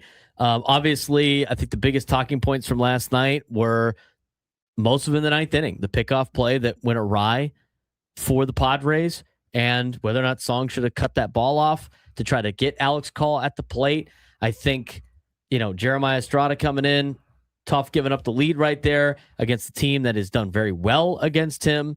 I thought Griffin Canning pitched very well. I thought Adrian Morejon pitched really well yesterday. And we're going to talk about the stars and Manny and Jackson and Fernando and how they have done offensively last night and the last couple of days. We'll get to that in just a second. But we didn't hear from Mason Miller. Here's what Mason Miller said post-game yesterday, courtesy of Marty Caswell. Yeah, just let it speed up on me a little bit and yanked it. Probably threw it a little harder than I should have too. Yeah, obviously won it back, but it's what it is. And good plate appearance from Paez too. Good long at bat, and just barely got it done. So unfortunate for sure. It's the first area of your career. Is there, I don't know if comfort's the right word, is there anything in that you just haven't, that's very unlike you? Not a feeling that I'm used to having, I guess. But it's pretty cut and dry, bad throw, and you see the consequences of that. Yeah. Obviously, he didn't feel that great after the game, considering the circumstances. I don't necessarily know, Frank, he could have done much more. I think it's easier for us to sit there and be like, oh, he shouldn't have thrown it as hard. But if you go watch his pickoff move, he's not stepping off. It's like quick move to first base. He's not going to be able to do the quick move and then, take a little bit off of it. At that point, he's just doing his regular pickoff move, probably a little bit sped up because of the situation at hand. Might have thrown it a little bit too hard, yanked it too much to the left-hand side. That happens, and that happens in situations like that. It's unfortunate, but I don't know how much more you could say about Mason Miller, or I don't think there was that much more that he could have done differently on that particular play. Watching it, I don't think it was a normal pickoff move for him. I think someone screamed runner, runner, runner, and he was caught out like, oh, wait a minute, what? And then just turned and yanked it. So I don't think that he was, I think he was here. I think he heard someone call a runner and was just still trying to comprehend what was happening when he threw it. And I saw a lot of people last night blaming that on Ty France. Yeah. Ty France is not expecting a ball to get yanked that far up the line on something like that. And he's also trying to get himself into position to be able to make the relay throw to get caught up in a pickle. So he's not I'm sorry, that's a Mason Miller issue. That was a bad throw from Mason Miller. I can't put faults on Ty France for that. And of course, he's going to say after the game, he's like, yeah, I should have made that play. That's what you would expect any player to say in that spot. I mean, if a ball goes a mile over his head, he's going to say, yeah, I probably should have had that because he's not going to try to throw his teammate under the bus. But that was just a bad throw for Mason Miller there. Expecting Ty to step off the bag towards the runner. I don't think that, again, for me, it looked like it caught Mason a little off guard when he heard runner, runner, runner, and just threw it back. Because at that point, he's got three options: throw to first, throw to second, or run right at him. He went with the natural option, which was throw to first. So I don't think that, I honestly, the more I look at it, the more Alex Call didn't take off running. He took a secondary on the first move. So I don't think anybody yelled step off, because usually in those situations, you don't yell runner, you yell step off. And then it's casual. Oh, let me step off and see what's going on and make a play. I just think he was going to pick over there. And I think he caught Call sleeping, because Call looked like he was going first move, and Mason does the quick move to first, and Call actually takes a secondary. It's not like he takes off running. He takes a secondary on top of his big lead and then goes, oh no, that's not great. And at that point, Mason's already throwing, and you get sped up sometimes in those situations. Yeah. You're like, and probably he turned and got excited because nobody's there. He's nowhere to be found, and he probably pulled it a little bit. It was probably shocking that for him, when you just quick look, be like, where is he? That the ball gets away. Yeah, and you saw his reaction too when they did the wide pan shot. He immediately crouches down and head in his hands before he goes back to cover behind third base the way he should have. But that was just one of those fluky plays. Captain DJ asking question: does he have to throw the ball once he steps off, or can you just run towards the base runner? If he stepped off, he could do whatever he wants. Which he didn't do. He did not step off. That was the quick move to first. Righties can still make that quick move to first. It's different than lefties that step forward towards the base and have to go that way, right? For righties, you can step off and you can do whatever you want. It's not a balk. But if you do and you go watch him, he just jumps, snaps, and throws. He doesn't step off backwards. He goes to the right of the mound, which means he has to throw the ball. And if he stops and he hesitates, it will be called a balk, and they would have moved called to second, which, by the way, honestly, would have turned out better. It probably would have been better if he just boxed. The guy's on second. He's not on third base. And so the Pages play is not getting him to tag up. Only gets him to score. third. Only gets him to third base. So that is a little bit different there as well, in a sense that if he did balk, it probably would have been better for the Padres than, Mason Miller with the air that he had. And again, I think in that particular situation, with the game being tied, you need to put up a 0 in the ninth. So you're trying to win the game with a run in the bottom half of the ninth and have the confidence. I think you have to go to Miller there.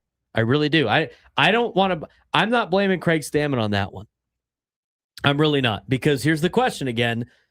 Who do you go to in the ninth inning, in the top of the ninth inning, with the game on the line, even though it's a non-save situation? Who do you go with that's left after you used Estrada and you used Bradley Rodriguez and you used Morejon? Oh, you used Adam yesterday, right? I mean, who are you going to use? Yeah, Miller is, like I said at the beginning of the show, Miller is always going to pitch in that spot because the top of the next inning isn't guaranteed. So if you're going to use your closer in a tie game, it has to be in the top of the ninth inning as the home team, because you're not going to get another chance. The away team has more flexibility with that. Not even that, Frank. It's simpler than that. There will no longer, at that point in time, there will no longer be a save situation for the Padres, which means you're just deciding we're not going to use Mason Miller today at all because it's not a save situation. And why would you do that ever? Yeah, and as Craig said post game, after that, already blown the lead. He's already thrown over 20 pitches. Forget about getting him out of the inning. Just get him out now. Yeah, that also made sense. Yeah, once you lose the lead, there's no sense in Mason Miller. No, now you're just wasting bullets over the course of a 162. You don't, and again, with the conversations about the bullpen and the conversation about overworking the bullpen, the conversation about overworking Mason Miller, that is a situation that you don't want. That would be overworking him, right? Yeah. That would be negligence on the Padres if they didn't take out Mason Miller. But again, as soon as you got to the ninth inning, as soon as you did not score in the bottom of the eighth and the game was tied, you are not going to have a save situation the rest of the night because the game's going to end in a walk-off if you win. Which means, are you just not going to use your best pitcher because it's not a save situation? Absolutely not. And closers come in the top of the ninth inning all the time. With the game tied. That is you are saving the game right there to give your offense a chance. So I think that was the right move to use Miller there. We talked about it yesterday. When would you, what type of situation would you use Miller? Any tie game, under 3 runs, maybe even 4 runs. We said that on the show yesterday. That's when you use Mason Miller. I think they used him properly. The only questionable decisions in terms of roster was bringing Estrada in, but in their defense, if you don't use Estrada, who are you using? Oh, and by the way, he's on the team. You can't not just use him, because then if you just decide you're never going to use him against the Dodgers, which I've said I don't like to see him pitch against the Dodgers, but if you're going to have that philosophy that I just said, then the counter to that is you're playing with one less arm than the other team is, who's already playing with one more arm anyway because they got Ohtani on the team. So I think you're splitting hairs in terms of the managerial decisions. I think last night was not a managerial problem. I think it's an easy blame for some people to just blame the manager. If you wanted to make an argument for a pinch hitter for Fermin late, sure. If you want to make an argument that maybe you shouldn't have used Laureano in that spot and used and just let Sheets hit, fine. But then Laureano stayed in the game to play left field as a defensive replacement anyway. I can't really find too much fault with Craig Stammen's decisions last night. And also, I want to amend what I said before. I don't think Matsui would have pitched in that spot. He threw 33 pitches on Sunday. So with only 1 day off in between after pitching 33 pitches, I don't think he's in. Are you talking about in the 6th? Yeah. Saturday, Saturday was the last time Wandy Peralta pitched. I would have used Peralta. And he only threw 10 pitches. So for him to throw yesterday would have been a lot more plausible than Yuki would have. I didn't see the pitch count. But even again, right? Like if Peralta comes in to pitch and he gives up a home run, people are going to be upset anyway. Estrada and Peralta, the only reason why I would say that would be, quote, a mistake, which I don't even think it's that big of a mistake, is the fact that Estrada hasn't done well against the Dodgers in the last 2 years. Yeah. He's just has not done well against them. And from a matchup perspective, I would rather have Peralta as a lefty taking on the core lefty group of that lineup in that spot over Estrada. But it's not like it's the correct answer. And for Mason Miller, he has thrown 78 pitches now in the last 5 days. He threw 34 on Friday. 22 and 22. 22 and 22 the last 2 days. He has thrown a lot. I would not expect him to be available. No, he's not going to be available tonight. And I don't think he's going to be available Friday either. Yeah. But I said it yesterday with Miller. If you're going to pick spots to use him a lot, I pick him against division opponents and National League opponents that you really need to beat. Right? I mean, any of the National League opponents for sure. I wouldn't do back-to-back against the A's. It's a waste of time. It doesn't do you any good. He might want to because it's a former team, but yeah, cool. He'll pitch Sunday. Yeah, sweet. Rein him in on that. But anyway, that was the big talking points with the ninth inning. 833-288-0973, 833-288-0973. Manny homered yesterday. Padres are still winning games despite major underperformance from their key bats. Machado is 5 for 56 over his last 15 games. You know what average that is? Quick math. 5 for 56? Yeah. Was that like $120? It doesn't even start with a 1. It's 089.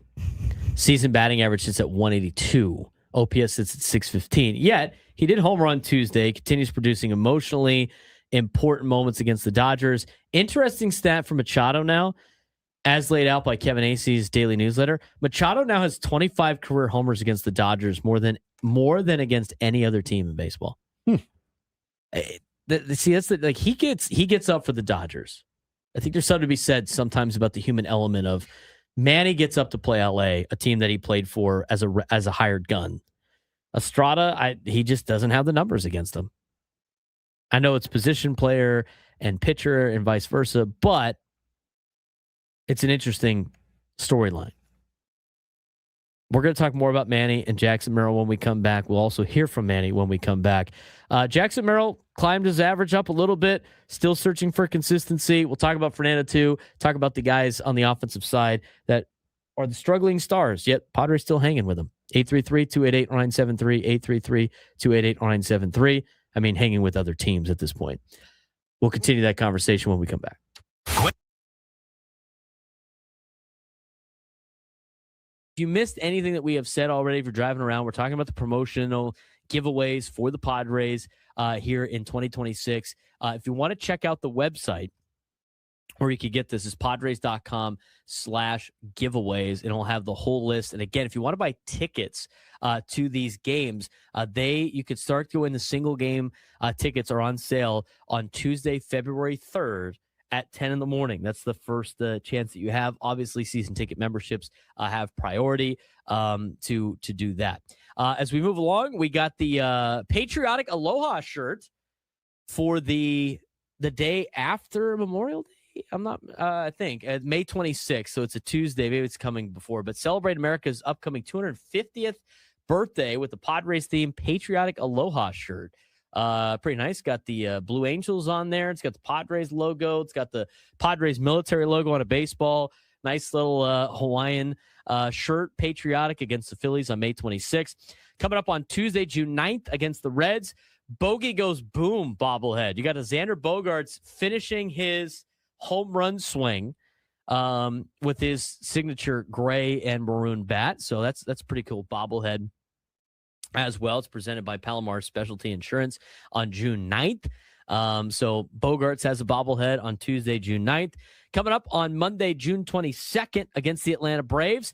Got the Western snapback hat. Kind of looks like a rodeo hat. It's pretty cool looking. It's got San Diego Padres in the Western font, if you will, or San Diego Padres written in Western font with the SD logo in the middle. Pretty cool looking hat right there. That's presented by Petco. First 40,000 fans in attendance will have that one. Again, all of these are for the first 40,000 fans for these, unless I say otherwise. Wednesday, July 8th, Trevor Hoffman bobblehead. He's repping the navy blue 1998 gear. Honor the Hall of Famer and Padres legendary closer with the Trevor Hoffman bobblehead. Presented by Canals. This bobblehead limited the first 40,000 fans, so it's in stride. Trevor Hoffman, kind of a classic look at bobblehead against the Diamondbacks in July. On July 12th, just for the kids, they have the Squeeze Top water bottle, which is a kids giveaway. I don't know if they have that here today because it's a kids giveaway. Again, some of these are for the first 40,000 fans. Some of them are for the first 10,000 fans. It's a kind of little water bottle for kids 14 and under. It looks like an ice cream sundae, which is pretty cool. Tuesday, July 28th. I know a lot of you guys love this one. It's presented by Soapy Joe's, the poncho.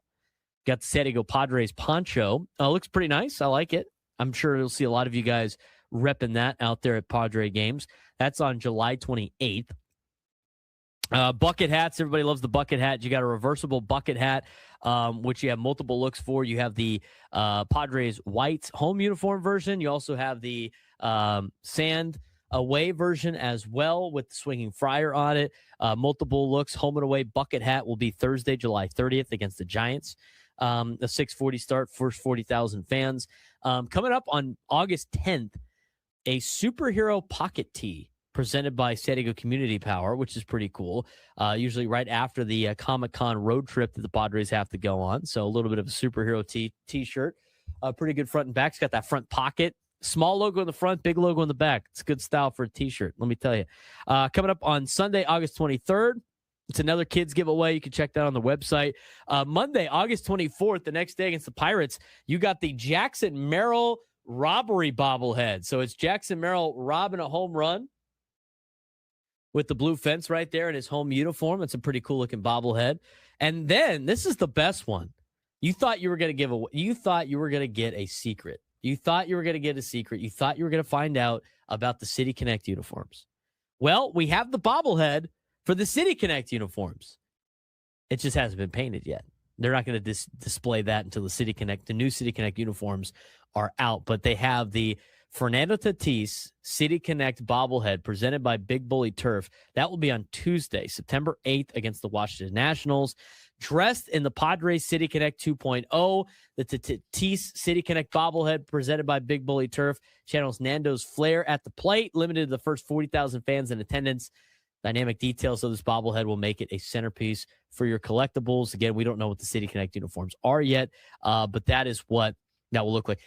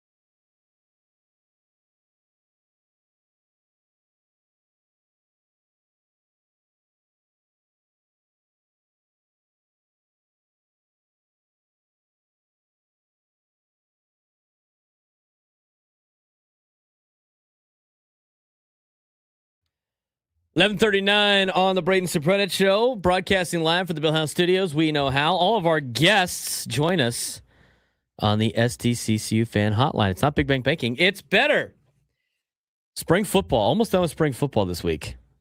Puts a wrinkle in some of our plans that we show have. That's plans, why, you know what? That's why Frank stepped up this week and recorded some extra videos on his own. And he did a great job. Thank you. Juan Ruiz trying to throw me under the bus the other day. Foul on one. Come on, bro. He draws the foul. And by the way, foul on Frank's a peacock, dude. You got to let him fly. foul on you, by the way, for the whole stadium concessions deal. I didn't. Well, I guess officially 3 other people put in the YouTube chat saying they brought their little cup in there and it was fine. It wasn't a problem. I didn't officially give you the foul. So there you go. There's the foul officially. Yeah. We got Friday's a spring game. Today, here's the deal with today, okay? This is why this is significant. I am making the mistake of going to practice today. Why is it a mistake? Well, let me tell you, Frank. Thanks for asking. Here's why today is a mistake going to practice. Don's baseball is playing a playoff game at 4:00. Why is this a mistake? Well, as is tradition for spring ball, we always like to go support our other teams during the playoffs, which, you know what, is great. It's admirable. It's awesome. It's cool to have the football team show up. You see how rowdy and obnoxious they are in our YouTube chat sometimes. Wouldn't that be great for them to be cheering you on, right? Hello? Yeah, cool, great. The downside of that is I drive over there and I'm not really coaching. I'm just kind of babysitting, and it's just like, do I need to be here for this? That will happen eventually. Game's at 4. I'm sure at some point in time we'll be making the trip down to the baseball field and watching the Dons play Southwest El Centro. That game is significant today at 4:00.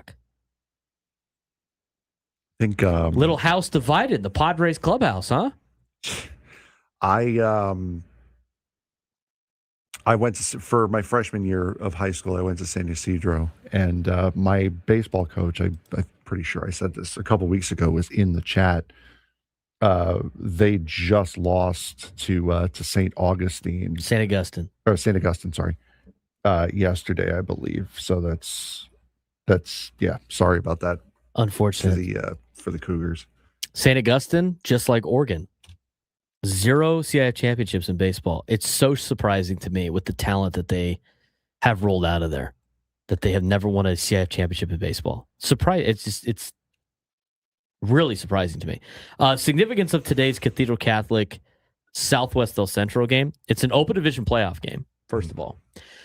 I don't know who the starting pitching matchup is, but Southwest El Centro has a senior pitcher. A right-hander, stands at 5'8", 160 pounds, is committed to Point Loma Nazarene by the name of Jordan Niebla. That would be Ruben's son. I don't know if he's pitching today or not. On the other side, there is a senior right-hander who's going to UCSD by the name of Shohei Darvish. They could theoretically be both pitching today. I don't know. I was trying to get the scouting report. This is not like I have a scoreboard on Max Preps that has probable pitchers. But there could be a situation where you have Jordan Niebla going against Shohei Darvish in a open division playoff game today at 4:00 at Cathedral Catholic High School. I'd love to see that. That'd be great. And you know what? I might get to when I get to practice today. I'd love to see the clubhouse, the Padre clubhouse, during that game. Right. Obviously, with Darvish on the restricted list, he's not going to be in the clubhouse, but yeah, maybe they'll both be there. I doubt it because we have an earlier game today. It's a 5:40 game tonight, so I don't think Ruben's going to be there. Maybe he'll be there for a little bit and then cruise out. But Jordan Niebla, senior, shout out to Southwest El Centro, probably making their way out here already to play the play. It's great for them to make the open, too. I mean, you don't get a lot of the Imperial County teams that make the open division in the San Diego section. They had a great year. Southwest El Centro varsity baseball this year, 23-5 with 12-0, perfect in league. And before anybody starts talking about how they have knocked off like all the teams in the desert and Yuma, they came out here and played some pretty tough teams. They beat Del Norte this year. They beat La Costa Canyon. Rancho Bernardo is usually a good program that has produced a lot of great players. They lost to RB 3-0, and I talked to one of the RB coaches, our guy Cap up there, Hagler, Mr. Coach Hagler. He said that Southwest El Centro team scrappy. They know how to play ball. They play good fundamental baseball. So with all of the pro athlete sons on the Dons, Mark Kotze's kid, Xavier Nady's kid, Yu Darvish's kid with all of that and 10 D1 players, they might be able to keep that game close. That's a fun matchup in CIF Open Division playoffs. Something to look for. We'll see what the score is today. I will text you updates if I get sent down to the baseball stadium. Yes. To see what's going on there. I'll let you know if Jordan Niebla pitches or not. But that would be cool. Jordan Niebla versus Shohei Darvish. That would be incredible, yes. I'll be down for that. Shohei's done a good job this year. I watched him a couple of times. He's got the velo up. His breaking stuff is disgusting sometimes. This is where if I'm a teammate, I go, listen, I know if I'm Darvish's teammate, I'm like, hey, listen, I know his dad coaches your dad, but you might want to show him that your dad knows a little bit more and has taught you a little bit more, you know? I would be prodding. I'd be like nipping and prodding a little bit at that dynamic. Got somebody talking smack in the chat. I don't really care about. I'm not as involved with the other sports at Cathedral as I am with football. You got Bill Dorsett in the YouTube chat. Cathedral will get beat by San Marcos if both teams advance. Hey, maybe. Dons are 2-0 against San Marcos this year. They won 6-2 and 4-3. Yes, one. Shohei Darvish is going to be at UC. He's going to be at Triton. Yeah, he talked about he liked staying home and he's doing it for his education. And the funniest thing is I was talking to John Maffey, who is a scorekeeper for Major League Baseball, but he also writes for the Union Tribune. And he was interviewing Shohei Darvish about going to UCSD. And he's like, well, I like to stay home. But, my dad travels a lot for work. So it's kind of nice to stay home and stuff like that. And John was like, you don't say.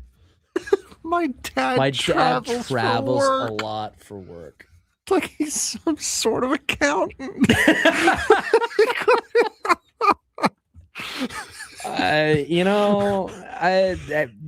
Bless his heart. Like, yeah, kid, I know. John was like, I know who your dad is. Yeah, believe it or not, dude, I know who your dad is. I know he's not going to finance conventions, okay? I know he's not staying at a Holiday Inn Express. Yeah. He's not a presenter on Antiques Roadshow. I know that for sure. He goes to Denver and Arizona and San Francisco and LA a lot, right? Where they do their little conventions and stuff. We got to get to today's sports thread. The pure at heart. That's what we're laughing he at. It's a lot for work. The pure, you don't say. The pureness at heart is what we're laughing at. You know that group chat? The one that's always blowing up with the biggest sports takes, debates, and breaking news? You got barbecue back there, and you didn't invite me? Yeah, we've got that too. Welcome to the Sports Thread, where we break down the top 5 stories in sports, just like you would with your crew. Oh, no!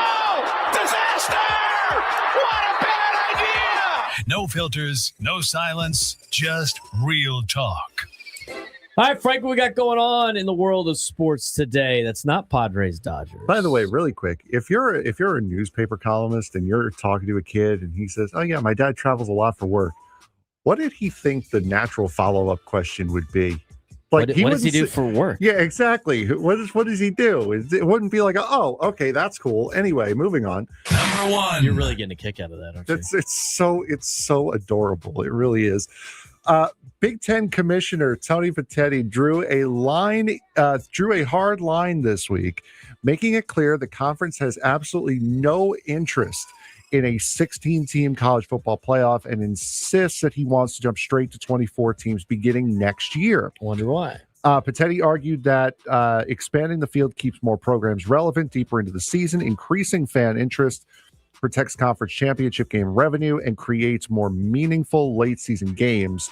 The biggest hurdle remains the SEC and Commissioner Greg Sankey, who still favor a 16-team format, setting up a major power struggle between college football's 2 richest conferences over the future of the sport. Does it hurt the college football expansion argument to be bickering this much while the NCAA tournament expanded without issue? I'm usually not on either of these sides, but I'm on the Big Ten side on this, on the situation. I mean, welcome to the dark side. I just, speaking of, I just like, I look at this and I go, why are they both so hard set on their own details of we have to have 24 and we have to have 16? And by the way, I just like how everyone's argument turns into, if I don't get my way, it's the worst thing that's ever happened in college football. Like, everybody is in the interest of like the general college football. Like, oh yes, us at the Big Ten who just took Oregon and Washington and USC and UCLA from the Pac-12. This is great for like, we care about the overall lifeblood of college football and college athletics. Oh, the SEC, who took Texas and Oklahoma to better themselves, now all of a sudden they care about the total lifeblood and what it matters to college football. No, neither conference or their schools give a bleep about the overall health of college football. None of the media outlets give a bleep about the overall lifeblood and health of college football. They care about their version of college football. The Big Ten cares about their version of college football. The SEC cares about their version of college football. ESPN, they care about their version, and the Fox entities care about theirs. And guess what? Fox is in bed with the Big Ten. ESPN's in bed with the SEC. If the contract opens up more than 16 teams, you have to renegotiate the playoffs. I mean, ESPN and Fox are puppeteering these conferences against each other. And the argument that they all make is, if we don't get our way, this is terrible for college football. All the decisions that you guys, and I mean you guys that make these decisions, have made for college football has made things worse for college football. So save it on the whole, if I don't get my way, it's the worst thing that ever happened to college football. Enough with the propaganda, enough with the BS. Make it a 24-team playoff, make it automatic qualifiers, get the guys in the suits out at determining who makes the playoff. Make it simple. Win your conference, you're in. It can't be more simpler than that. And I don't want to hear anybody's BS argument against it. That is from a neutral perspective. Everybody that is against the 2014 playoff is thinking about their own school and how this makes us actually have to try to win games. Enough. And again, the college basketball tournament just, we'll advance it. Yeah, nobody we'll cares. progress. Number 2. Yeah, whatever. The New York Knicks pulled off the biggest comeback in franchise history last night, rallying from 22 points down with 8 minutes left in the fourth quarter to stun the Cleveland Cavaliers in overtime and steal Game 1 of the Eastern Conference Finals. According to ESPN Analytics, New York had just a 0.1% chance to win with under 8 minutes to go before Jalen Brunson completely took over, scoring 17 of his 38 points in the fourth quarter and overtime. Meanwhile, Cleveland collapsed late as Donovan Mitchell disappeared in overtime and James Harden struggled with turnovers and defense, turning what looked like a sure Cavs win into a devastating loss. Is this kind of loss too mentally crushing to come back from, or does Cleveland still have a chance? Those are one of those losses that are hard to come back from. I mean, that's a loss that like cripples you for the rest of the series. So I think it's going to be tough for the Cavs, but you know what? It's the Knicks. It's just like the Mets and the Jets and every other New York team that's not the Yankees. Danhausen put a curse on the Cavs. That's all that matters. Number 3. What was the man on the street stuff like for the Knicks after that? Oh, it was. I love those videos. They're the funniest ever. It was crazy. The NFL continues aggressively expanding its global footprint, approving the possibility for up to 10 international games starting next year, with games already scheduled in cities like London, Madrid, Paris, Melbourne, and Rio.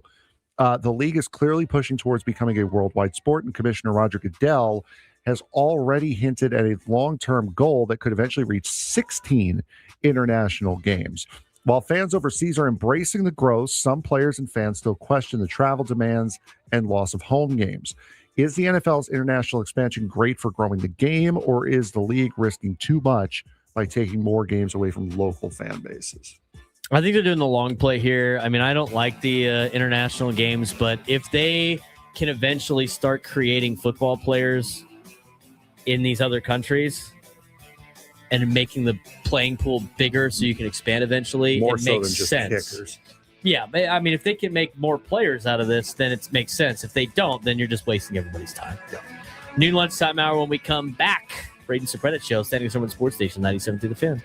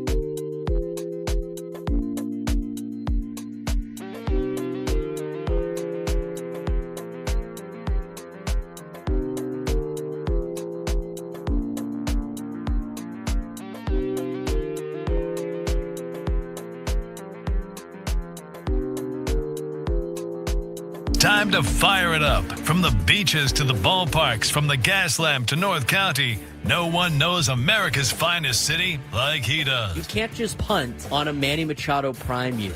He's a fourth-generation San Diegan, born and raised in the heart of this community.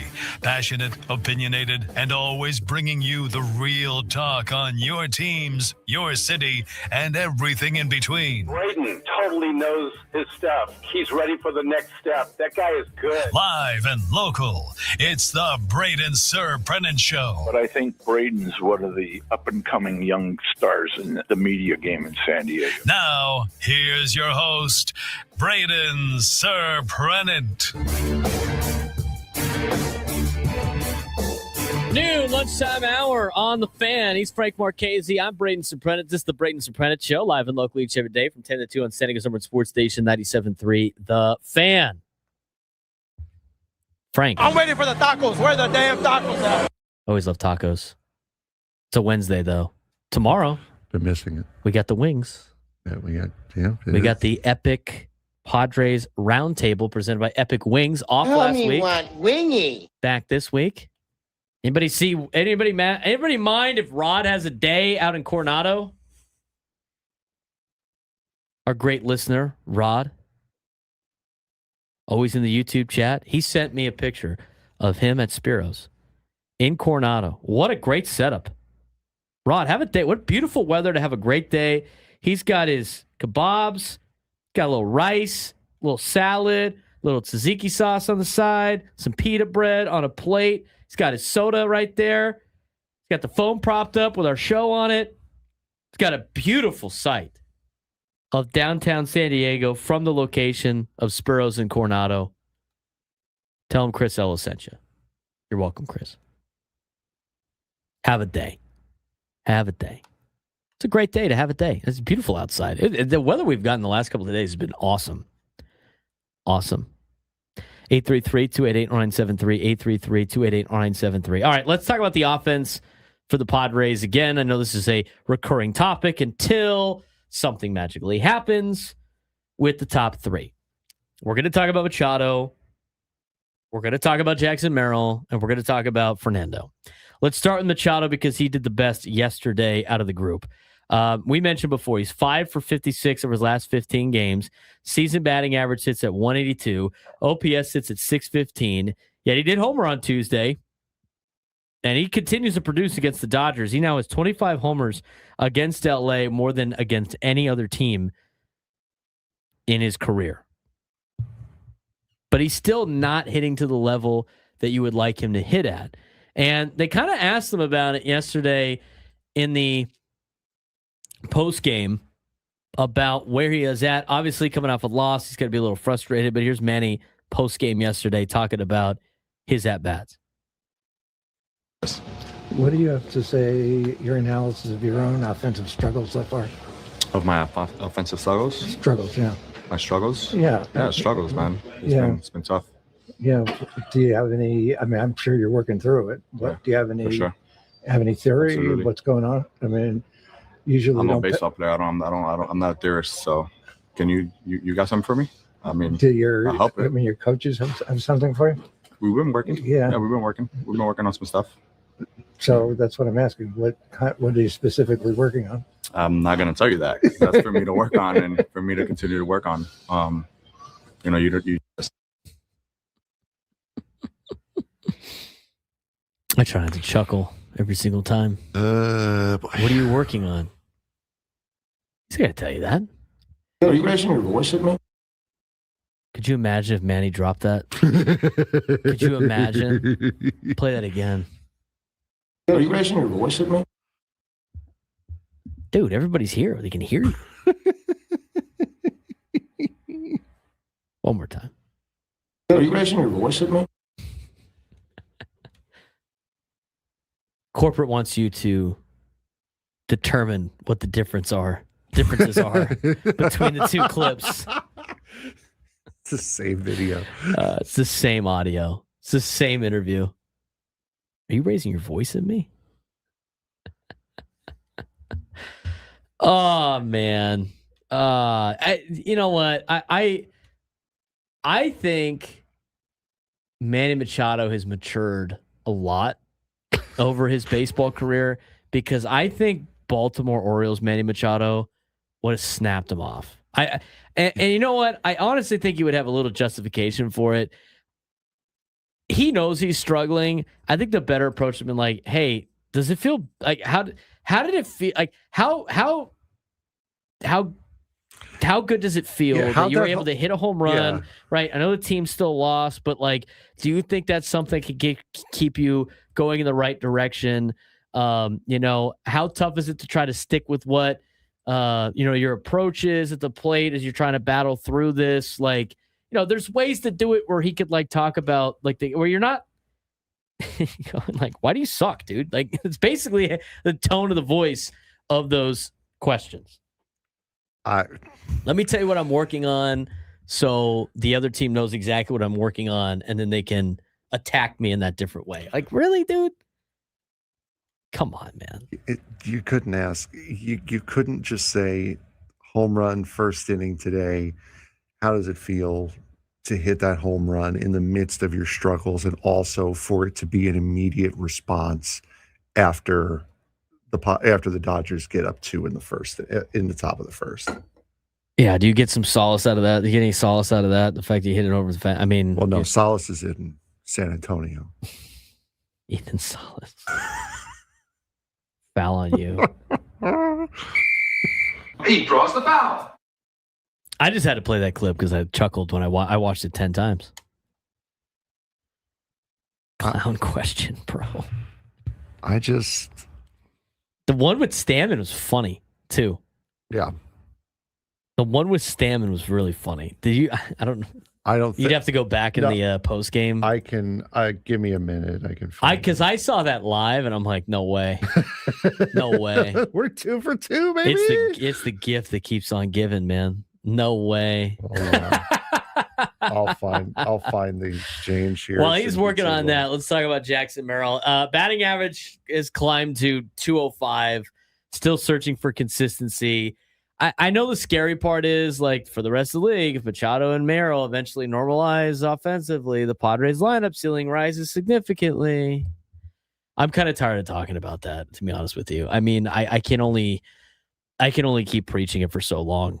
All right, I got it. Fernando, on the other hand, he did get a couple of hits yesterday. Move around the diamond continues to be one of the Padres' more fascinating long-term experiments. He's hitting a lot better when he plays second base. Defensive roles, showing off his athleticism as well. He's starting to play a little bit better. He's close, and there's been a couple articles about like, hey, he's about to turn around. Everything's working out. But again, like, until he starts producing results, it's going to be hard to sell to a lot of fans. It's going to be hard to sell to the media. Yeah, the media asked Craig Stammen about it yesterday. Should your second baseman have cut off Tatis's throw, or just let it go through? I'll have to watch a replay on it, but it looked like that was the quickest way the ball was going to get home. And then about Manny coming out of it and hitting that first inning home run. Yeah, that was great. Good swing from Manny. We've been kind of waiting on a little bit, and he finally tagged one. He's been coming up with big hits. Hasn't gotten a ton of hits. Been more, wishes he would have more, but he's had some big ones when he's got them.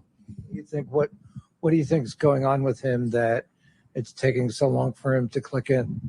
Yeah, I don't know if I can put my finger on one thing. I think he's working through things during the season. He's working in the cage. He's one of our hardest workers. And, eventually I know that Manny Machado is going to be one of our best hitters on our team. Tatis is still struggling. Yeah, he had 2 hits tonight, so less of a struggle than what you think. They all count. No pictures on the back of the baseball card. Oh, no, it's like hold on. Wait for Rewind it. Wait for the actually, though. Oh, my God. That was – before you play it, Stammen's like, I'm done answering these questions. By the way, they're not even questions. No, they're just like random comments. They're Fernando's struggling. Craig's like, okay, what is that? Yeah, these are please monologue on the topic that I provide for you. That's not a question, dude. Like, you got to ask questions. All right, play it back because I'm going to laugh my ass off again. Tatis is still struggling. Yeah, he had 2 hits tonight, so less of a struggle than what you think. Infield. So they all count. Well, until the pictures on the back of the baseball card. Do it again, one more time. Tatis is still struggling. Yeah, he had 2 hits tonight, so less of a struggle than what you think. Infield, right? They all count. No pictures on the back of the baseball card. I give Craig Stammen so much credit for being patient with that entire diatribe. I really do. After a loss, there's a reason why there's a 24-hour rule.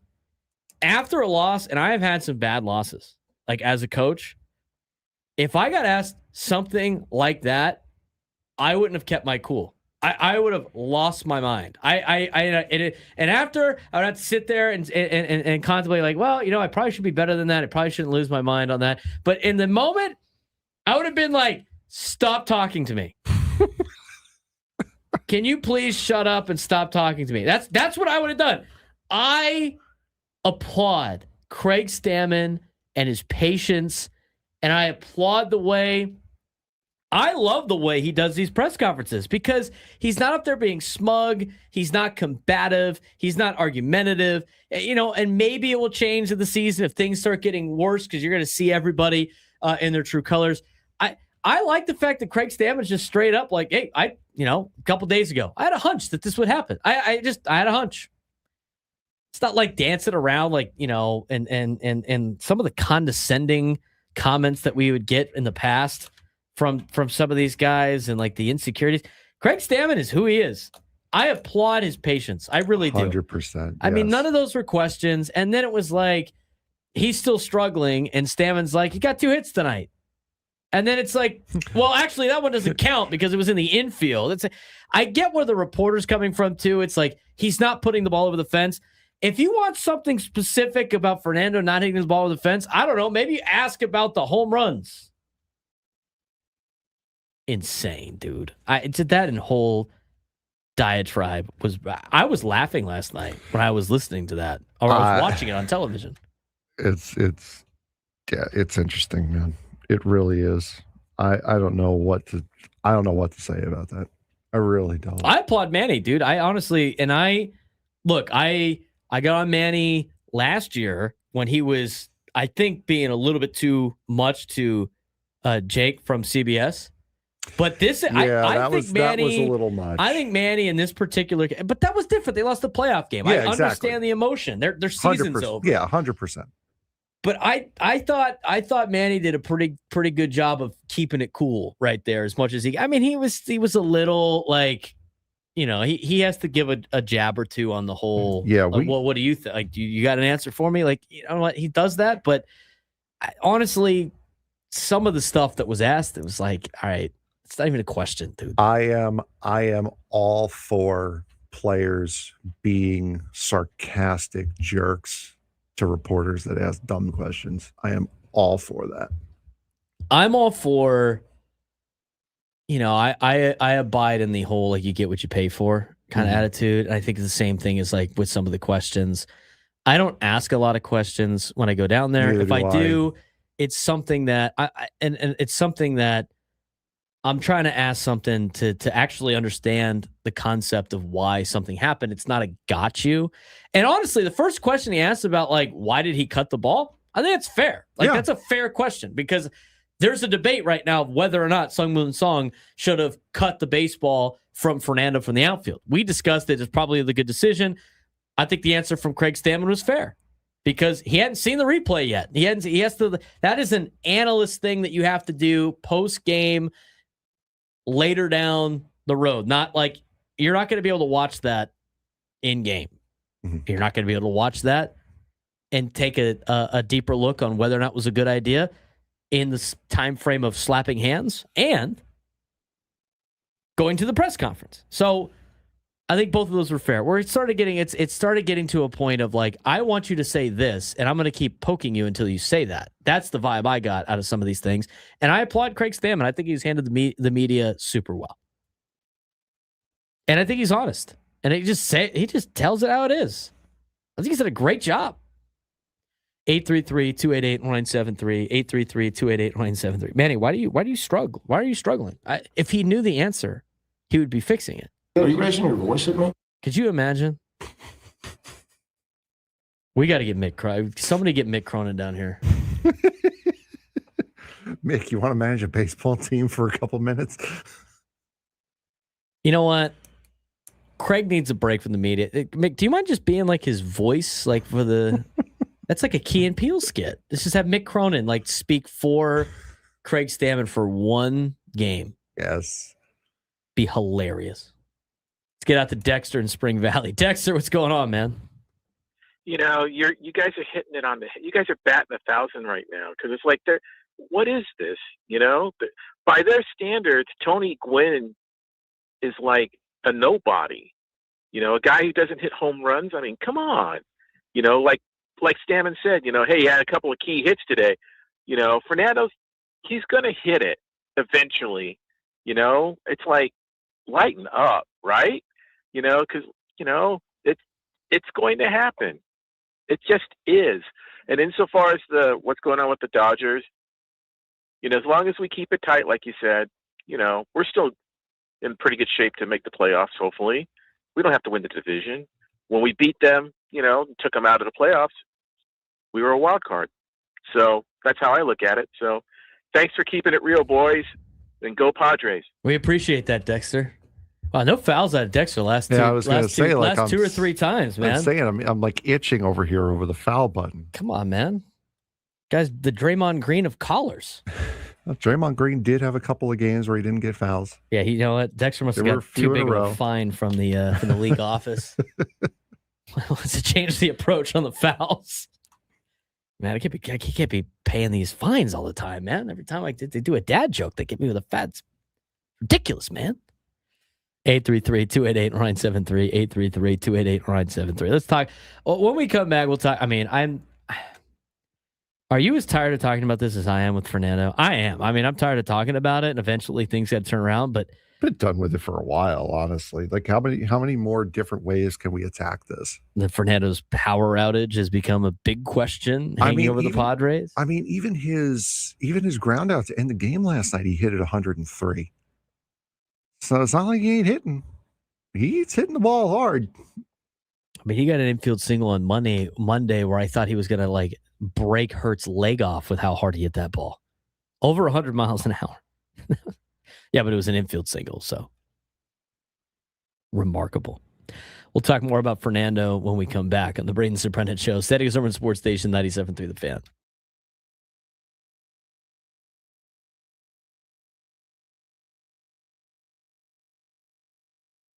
The NHL Conference Finals are nearly set, and we're getting a heavyweight showdown between the Colorado Avalanche and the Vegas Golden Knights. Nathan MacKinnon is dominating the playoffs again with 13 points, but Vegas counters with Mitch Marner, who already has 18 points so far this postseason and looks completely unstoppable right now. Colorado enters as the Stanley Cup favorite after winning the President's Trophy and averaging over 4 goals per game this postseason, but Vegas has become one of the NHL's ultimate playoff franchises, reaching the Final Four for the 5th time in just 10 seasons. Meanwhile, out east, it is pure chaos, with Buffalo and Montreal heading to a massive Game 7, while the Carolina Hurricanes continue steamrolling everybody behind the resurgence of Taylor Hall, who suddenly looks like an MVP again. The Stanley Cup playoffs have officially hit another level. The Stanley Cup playoffs are officially reaching another level as the Western Conference Finals are now set. It'll be the Colorado Avalanche versus the Vegas Golden Knights in a heavyweight showdown featuring 2 recent Stanley Cup champions and some of the biggest stars in the NHL. Meanwhile, out east, still pure chaos with Game 7 between the Buffalo Sabres and the Montreal Canadiens tonight, scheduled for tonight as we record this, while the Carolina Hurricanes continue looking like the most complete team in hockey behind the resurgence of Taylor Hall. We'll start off with the Western Conference Final, the Colorado Avalanche and the Vegas Golden Knights. This is the matchup that everybody wanted. Colorado versus Vegas. Star power everywhere. Speed, offense, playoff experience, elite coaching, elite goaltending. This series has absolutely everything. The Avalanche rolled through the first 2 rounds, beating the LA Kings in 4 and the Minnesota Wild in 5. Vegas survived a tougher 6-game series against the Utah Mammoth and then another tougher 6-game series against the Anaheim Ducks. And now we get the two teams that know exactly what it takes to win the Stanley Cup. The Avs won it in 2022, and the Vegas and the Golden Knights won it in 2023, the very next season. This series will be showcased with their two biggest stars, each team's biggest star, Nathan MacKinnon and Mitch Marner. The headline of this series is obviously going to be Nathan MacKinnon. He has 13 points already this postseason and continues to play at a historic playoff pace. Every shift feels dangerous. Every rush feels like a scoring chance. But Vegas counters with arguably the hottest playmaker in hockey right now, which is Mitch Marner. Marner has exploded for 18 points and looks like a completely different player than one critics questioned in Toronto just a few years ago. Honestly, this postseason feels like a revenge tour for Marner, and Vegas suddenly has multiple scoring threats rolling in at once, including Pavel Dorofeyev, who leads the playoffs with 9 goals. This series might come down to one simple question. Can Vegas survive Colorado's speed in transition? Because when the Avalanche are flying through the neutral zone and flying up and down the ice, they look almost impossible to defend. Now, that being said, Colorado does look like the favorite to win the Stanley Cup here still. They enter the series being the favorite not only to win the West, but to win the Cup entirely. And it makes sense. They won the President's Trophy with 121 points. They're scoring 4 goals per game in the playoffs, and that's a scary balance. 17 different players have scored already this postseason for the Avalanche. That's almost everyone on an NHL playoff roster. That means you cannot just focus on the stars like Nathan MacKinnon. You have to deal with the depth scoring as well, the blue line activation, and the goaltending from Scott Wedgwood, who's quietly putting together one of the best postseason runs among the remaining goaltenders. But Vegas has already proven that they can handle the pressure. This franchise has made the playoffs has made the Final Four, the Western Conference Final, in 5 of its first 10 seasons in existence, which is honestly ridiculous and just signals sustained winning. Meanwhile, over on the other side, the Buffalo Sabres are taking on the Montreal Canadiens in Game 7. This series has been absolutely insane. The road team keeps winning. Momentum is swinging every night. High-scoring chaos every single night. For Buffalo, it starts with their captain, Rasmus Dahlin, and sniper Tage Thompson. For Montreal, the pressure falls on Nick Suzuki to lead the Canadiens' offense in the biggest game of the season. But honestly, the X factor might be the play of Buffalo Sabres goaltender Ukko-Pekka Luukkonen. He has completely shut down Montreal in Game 6 and may have saved the Buffalo Sabres season. Whoever wins this game will have to face a very, very dangerous Carolina Hurricanes team in the Eastern Conference Final, because with the way Taylor Hall has come back and resurged and revitalized his career. He's a former MVP. He's completely reinvented himself. He's physical. He's scoring. He's creating chaos. And Carolina suddenly looks like the deepest, fastest, and most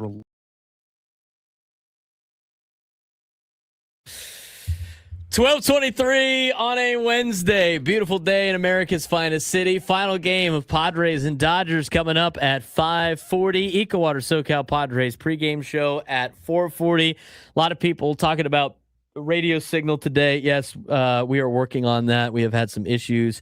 Yeah, right? No, that wasn't a radio signal issue. That was a stupid producer issue there. We have been told we have some echo issues around San Diego. We are working on that, and hopefully we will let you know if there's any other updates to pass along on that. We'll talk about Fernando here in a second. A lot of playoff baseball today in CIF around San Diego. We talked about the Cathedral Southwest El Centro game. Jordan Niebla, a pitcher for Southwest El Centro. Shohei Darvish, a pitcher for Cathedral Catholic. Should be a fun game. I don't know if they're starting today. I don't know if they're even going to pitch today. But you know what? That'll be a fun one today at 4 o'clock. Other open division playoffs, Patrick Henry and RB at Rancho Bernardo. Eastlake and Point Loma at Eastlake, San Marcos and Granite at San Marcos for the Open Division. First round games after the play-in round have now started for the lower divisions. Division 1, you got Madison hosting La Jolla Country Day today. You got Del Norte hosting St. Augustine after they beat San Ysidro 5-2 on Tuesday. Actually, yesterday. Pitching will be in effect for all these games.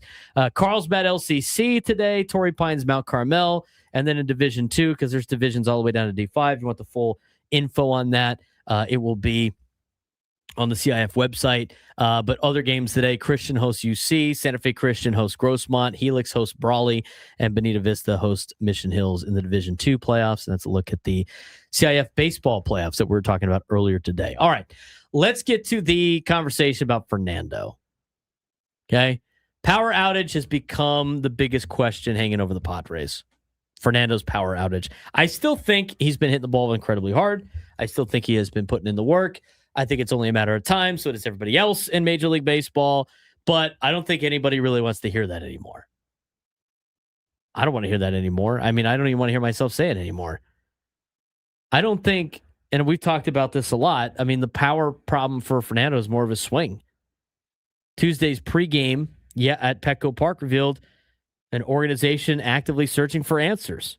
Tatis spent extensive early batting practice work with Steven Souza Jr. again, trying to rediscover the swing path, loft, pull side. The encouraging part is they're putting the work in. Confidence inside the organization remains strong. Teammates and coaches clearly believe the breakthrough is coming, but the drought is also impossible to ignore. Absolutely. It is impossible to ignore. But it's been like a month. More. I mean, today's May, whatever. I just, it gets to a point where people start to think like it's 2023, Frank, when everybody was saying like, oh, they're going to turn around as a team, they're going to turn around as a team, they're going to turn around as a team, and then it never happened. Mm-hmm. I think you get to a point now where that might be the case with Fernando. I still think it will happen. I think you're holding out hope that it will happen. At least he's contributing in other ways, but I don't know. I can't imagine a season where Fernando hits no home runs. No, I mean, there are people that aren't home run hitters that run into a fastball every now and again. Yeah, that run into a fastball every now and again and hit a home run by accident. So I can't, it does happen. It very rarely does happen where all of your best players have their career worst years all in the same year. It also rarely happens that they all have their best years in the same year. So it's right now, I wouldn't say it's early anymore. I would say it is genuinely a problem now. It's been genuinely a problem for a couple of weeks now, but I wouldn't be sitting here if we're in July and he still hasn't hit a home run. Yeah, then there becomes a bigger issue. I think so too, but at the same time, Frank, he hasn't hit a home run. Do you know the last time he hit a home run? Probably the middle of last September. September 27th. It's the last time he hit a home run. It's the last day of the year, was it not? Is it that like September 27th? That feels like the last series. They usually play into like the last. I mean, they didn't have like the last 3 days of September off. Wake me up when September ends. It was probably the series before the last series or the last series. So that's a player with elite bat speed. It's a player with elite exit velocity. It's a player with athleticism and a career .513 slugging percentage. It's obviously very shocking. The numbers are startling.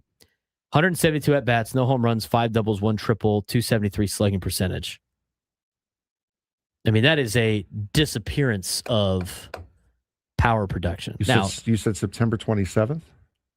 That's what it said in the article. Yeah, that was the second to last game of the season last year. Mm-hmm. So his power historically comes to left field. He hasn't been hitting the ball over there because he's not pulling the ball over there. And an important trend, Tatis is barely pulling the ball in the air anymore at all. Padres are trying to restore loft, timing, and pull side aggression. I know he hit a home run in the World Baseball Classic. Those don't count on these stat sheets before everybody wants to correct. He hit 2. Yeah, he did it too. That's not against.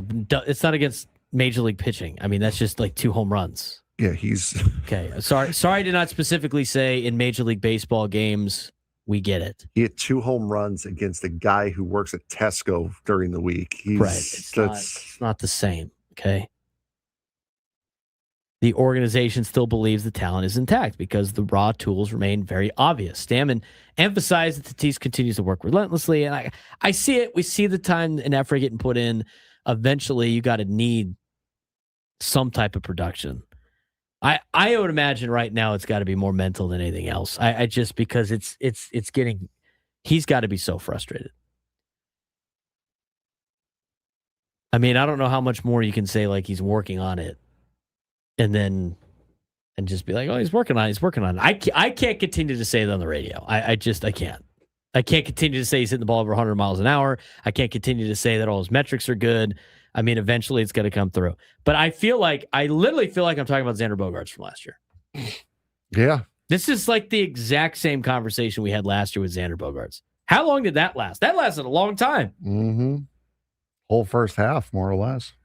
I think the peak was when we were at the loft and we got that just crazy phone call. And Adam was working that day and he had to put the kibosh on it. Was that your first day at the loft? It might have been. Yeah. I mean, that was after I came back from vacation, correct? I think so. I think it was when that happened. So that was like, we haven't even gotten to that point yet. I mean, at that point, we still had people going like, you're saying this, and never. It's hard for me to continue to, I don't want to say defend, but like try to paint a picture that everything's going to be fine when it's been like weeks since we started talking about the fact that his metrics are good and he's swinging the ball, he's swinging the bat well, and like it's this and it's that and the other thing in terms of mechanics. I mean, I can only say that for so long before it starts falling on deaf ears. Maybe he should hit the ball softer. I'm looking at his exit velos from yesterday. When he got hits, they were very soft. 89 mile an hour single. A 77 mile an hour ground out. Not great. A 75 mile an hour single and a 104 mile an hour ground out. Maybe you should try hitting the ball softer. Yeah, maybe that's the case. Throw a pillow on the barrel. See if it's... I find this interesting too. Tom Krasovic brought out an importance of a certain player being on this team that can help Fernando.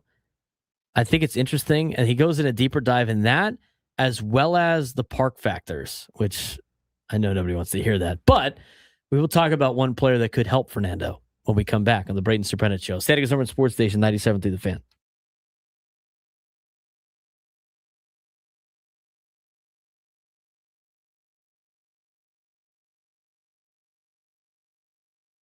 There's a look at some of them. We're going to have Frank kind of walk around as I kind of go through what some of these promotional items are. But the Padres today announced their 2026 promotional schedule, including giveaways, theme games, and events. Every homestand, you can get single game tickets for the 2026 regular season home games on sale on Tuesday, February 3rd. So you got to still wait until next Tuesday at 10 in the morning Pacific time by visiting www.padres.com. Season ticket members have priority access to tickets and enjoy the best available seats. Season ticket memberships have sold out for the 4th consecutive season due to franchise record demand, and therefore all remaining tickets for the 2026 season are available on a single game basis. So these will be, you could buy tickets starting on February 3rd. There are 15 all-fan giveaways planned for the 2026, highlighted by fan favorites such as high-quality wearables, stylish hats, and bobbleheads, all of which take place during select home games throughout the season, limited to the first 40,000 fans in attendance. There are 3 different styles of hats this year, and there's a bunch of other stuff. We're going to get to that, but we'll just kind of go through the beginning of the season to the end. And see if you can follow along here, Frank, with what we got. But the first giveaway will be on Friday, March 27th. That's the day after opening day. That's the Tony Gwynn opening day. There's going to be an opening series scarf presented by Sequan Casino Resort. Start the season in style with the Cozy Padres opening series scarf, which looks nice. It's great. Nice little scarf. At the beginning games, the early games at Petco Park are usually kind of chilly. But that's a good-looking scarf right there. So that will be against the Tigers on Friday, March 27th. On Monday, March 30th, this one's super cool. On Monday, March 30th, they have the night. I'm a sucker for 1998 stuff. They have a 1998 belt bag, which is perfect for it gets you. It's a bag that you could bring into the ballpark, which is awesome. I know my mom's got a bag like that. My girlfriend's got a bag like that. There's a lot of different. My sister's got a bag like that, and a lot of people use them to get in the stadiums, but now you can have a Padres one, which is great. So 1998 colors too.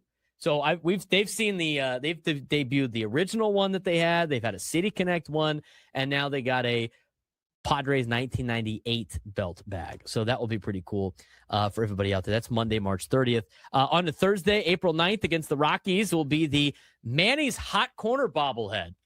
So it's Manny Machado playing third base. They got the flames around the side. It's presented by McDonald's. First 40,000 in attendance. Display-worthy collectible features Machado at third base and is a keepsake for all the faithful. That's a nice little. I like the little bottom there. That's pretty cool. What is that? Is that the armband? Pink armband? Yeah, it looks nice. Again, if you want to go back, you can rewatch this on YouTube and take a look at everything in the on the deal here. Let's move on to the next one. Wednesday, April 15th versus Seattle Mariners. The puffer vest presented by State Farm. That's that vest right there on the table. That's pretty nice. The best part about this is, like, when I was a kid, like, some of the giveaways were kind of lame, but now they have made them so legit. I mean, that's a nice little vest right there. It's presented by State Farm. That will be, again, on April 15th against the Seattle Mariners, a Wednesday game at 6:40. Not a Wednesday day game. It's a Wednesday night game. First 40,000 fans get that. Against the Cubs, there's a waffle beanie presented by Motorola Razr. Waffle beanies on April 28th against the Cubs. Top off your fit with a soft waffle beanie made for night games at a ballpark photo op. This item is limited to the first 40,000 fans in attendance as well. So that's pretty cool. I like the bobblehead. The one they had last year was cool too. But the beanie. The one they had last year was cool too. First bobblehead for Mason Miller, Thursday, May 7th, at least in a Padres uniform. They got the Mason Miller bobblehead. Watch your speed. Elite pitching with a bobblehead that nods to Miller's clutch moments on the mound. He's got fire coming off of the baseball on his delivery, which is super cool. You can bring that a little bit closer to the camera if you want. Yeah, that's pretty awesome. So Mason Miller bobblehead giveaway Thursday, May 7th. And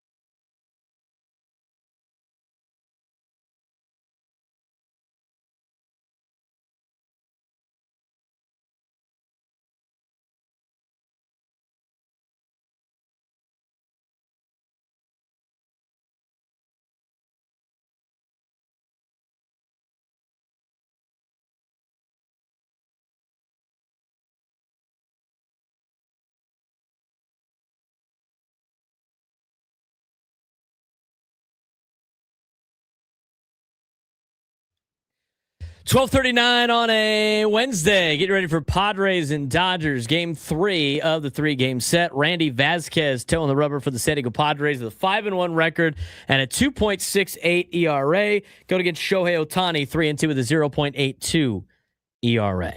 We're getting ready for the Midday Sports Standoff here in just a little bit. 833-288-0973, 833-288-0973. Later on, we still have tickets to give away. Yes, we do. Later on in the 1 o'clock hour, we'll be giving away tickets to Padres and Phillies at Petco Park on Memorial Day. Stay tuned to hear a trivia question. If you are the first one to call in and answer correctly, who will win tickets to that? That will be in the 1 o'clock hour. We did have in the YouTube chat, somebody ask about the Padres hitting coaches and why haven't they had Tatis go to a no stride? They'll work on his front leg kick, the mechanics. I will say this, just in a sense of, I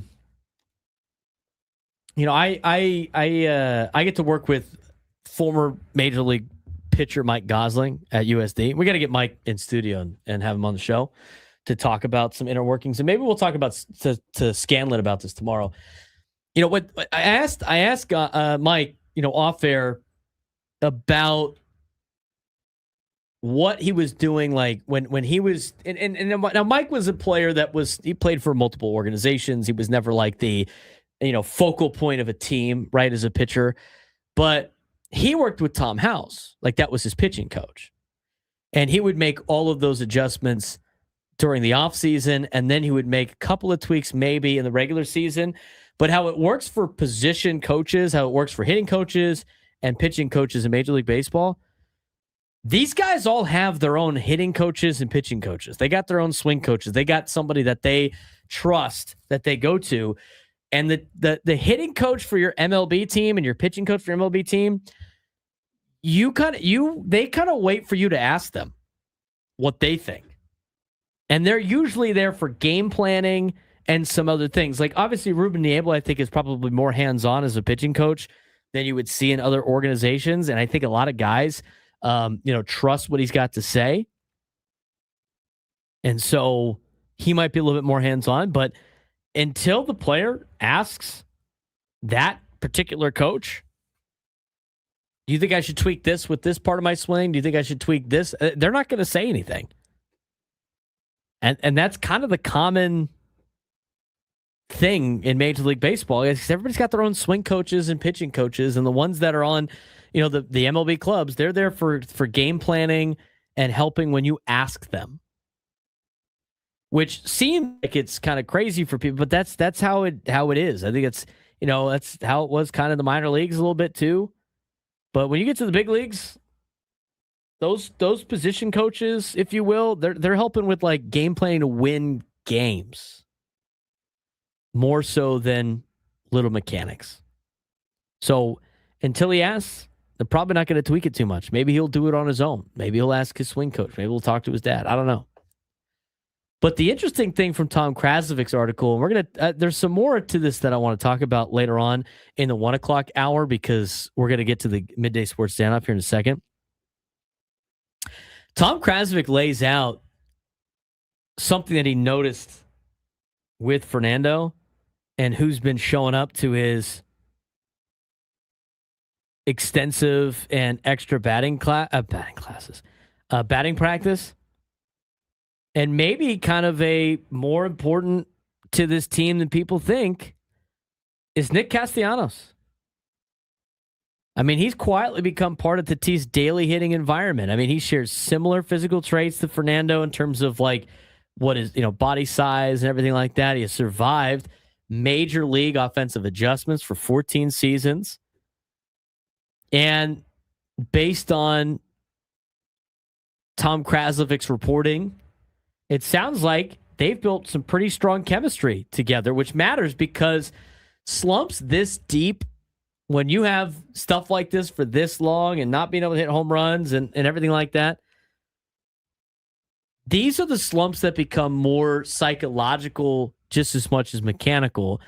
And this is where veteran hitters who have been there and done that before, who have been through this process before, who have gone through slumps like this before, this is where they often help. They help simplifying approaches. They help restore confidence. They help normalize struggles,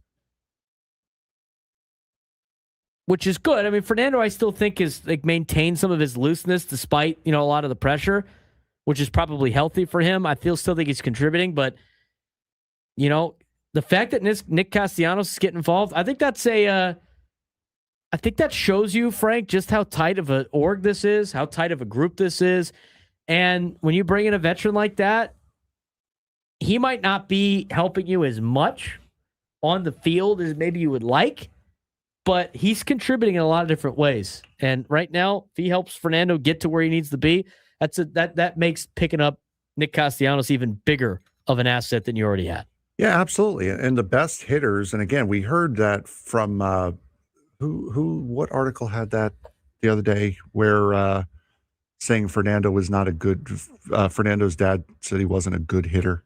A buzzer only. But yeah, we heard that from him.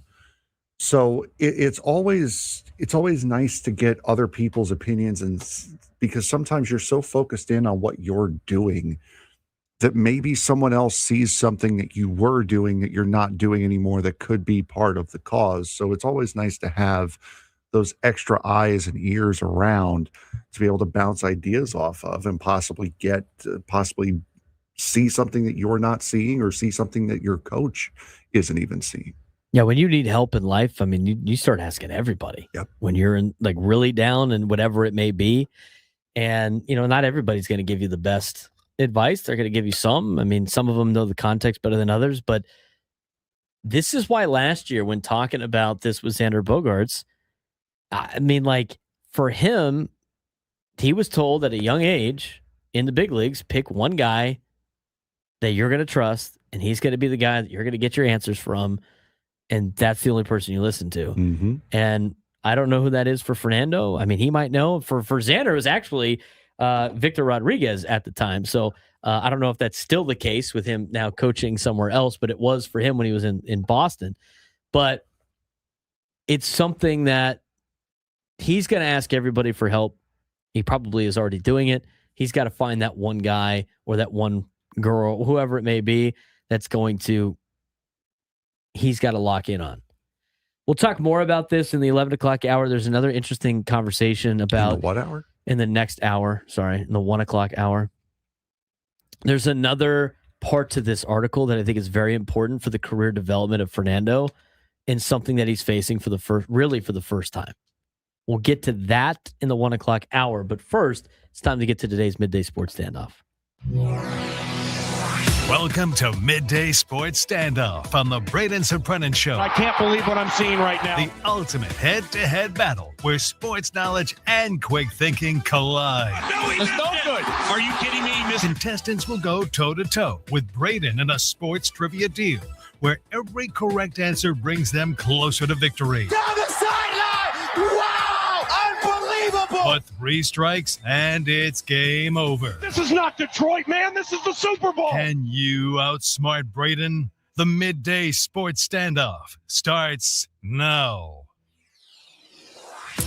All right, Frank, what we got working today? We have Robert in Vista today. Robert, how you doing today, bud?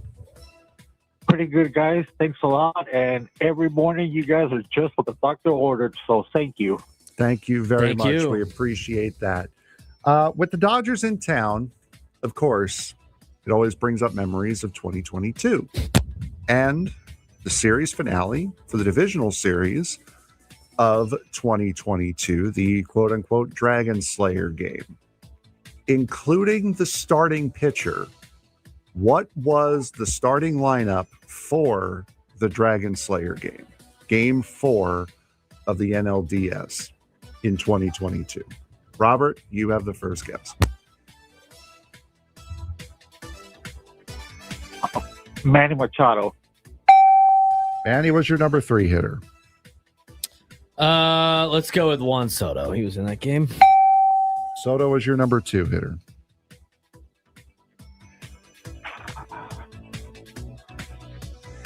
Jake Cronenworth. He had the big hit. Cronenworth was your number 5. Again, this is including the starting pitcher. Starting pitcher was Joe Musgrove. Joe Musgrove was the starting pitcher, yes. Robert.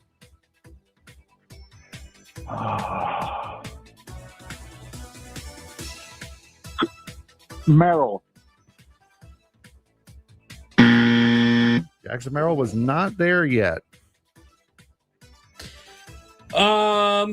We're gonna go with Nola. Austin Nola was your catcher, batting 9th. Robert?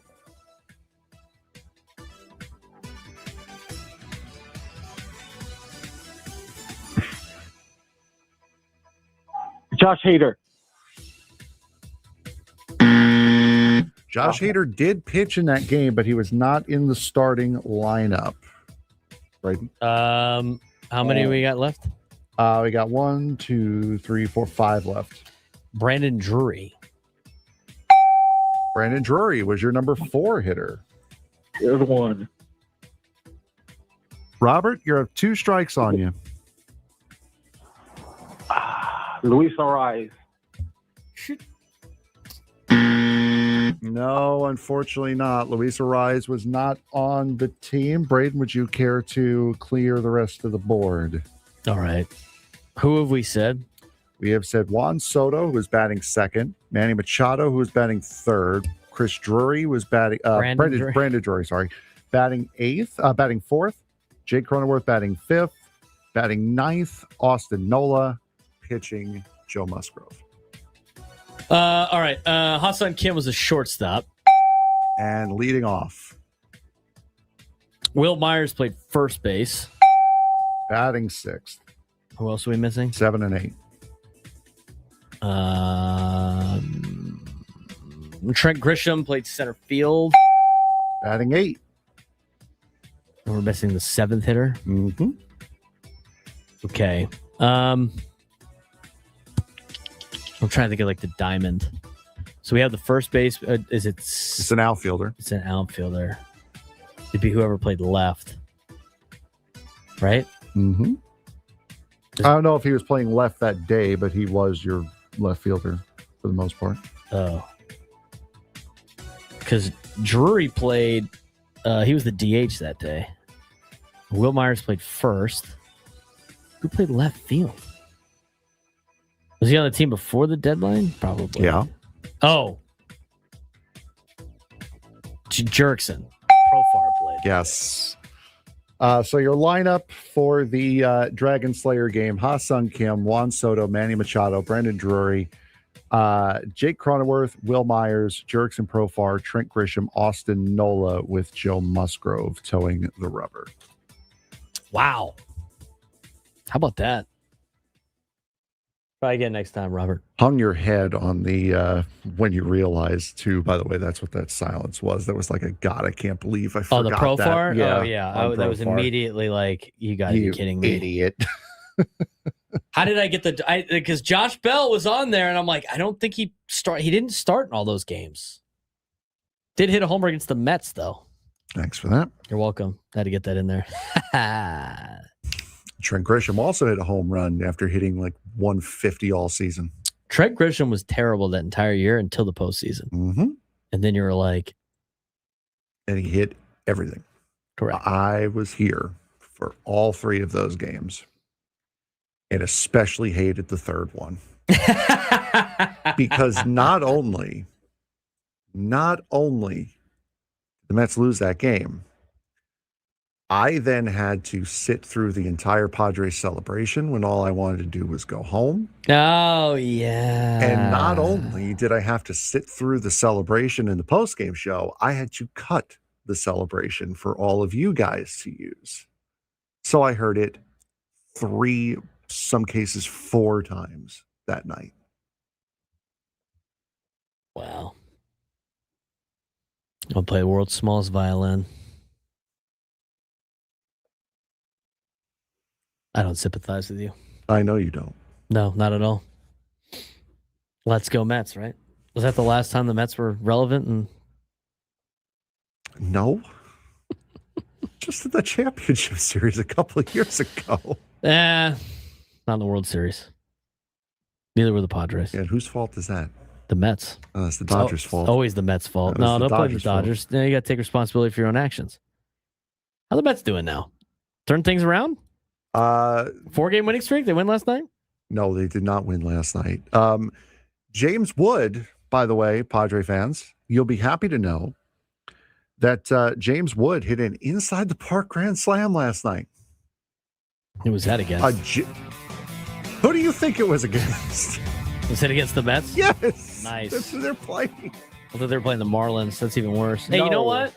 Mets only -10.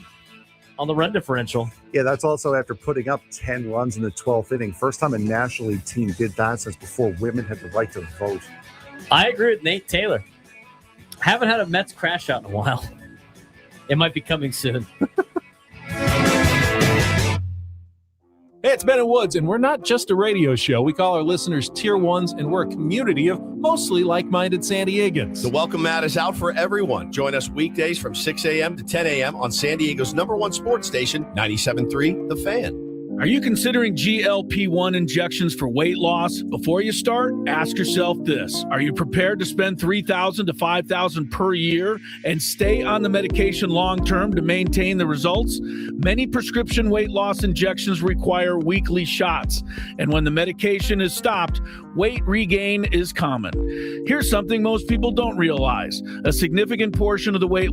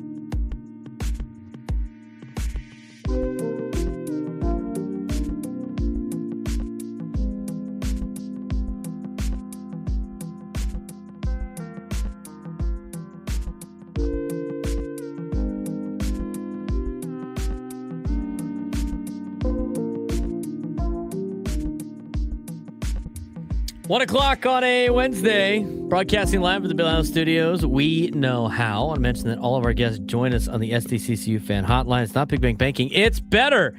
He's Frank Marchese. I'm Braden Surprenant. It's the Braden Surprenant Show.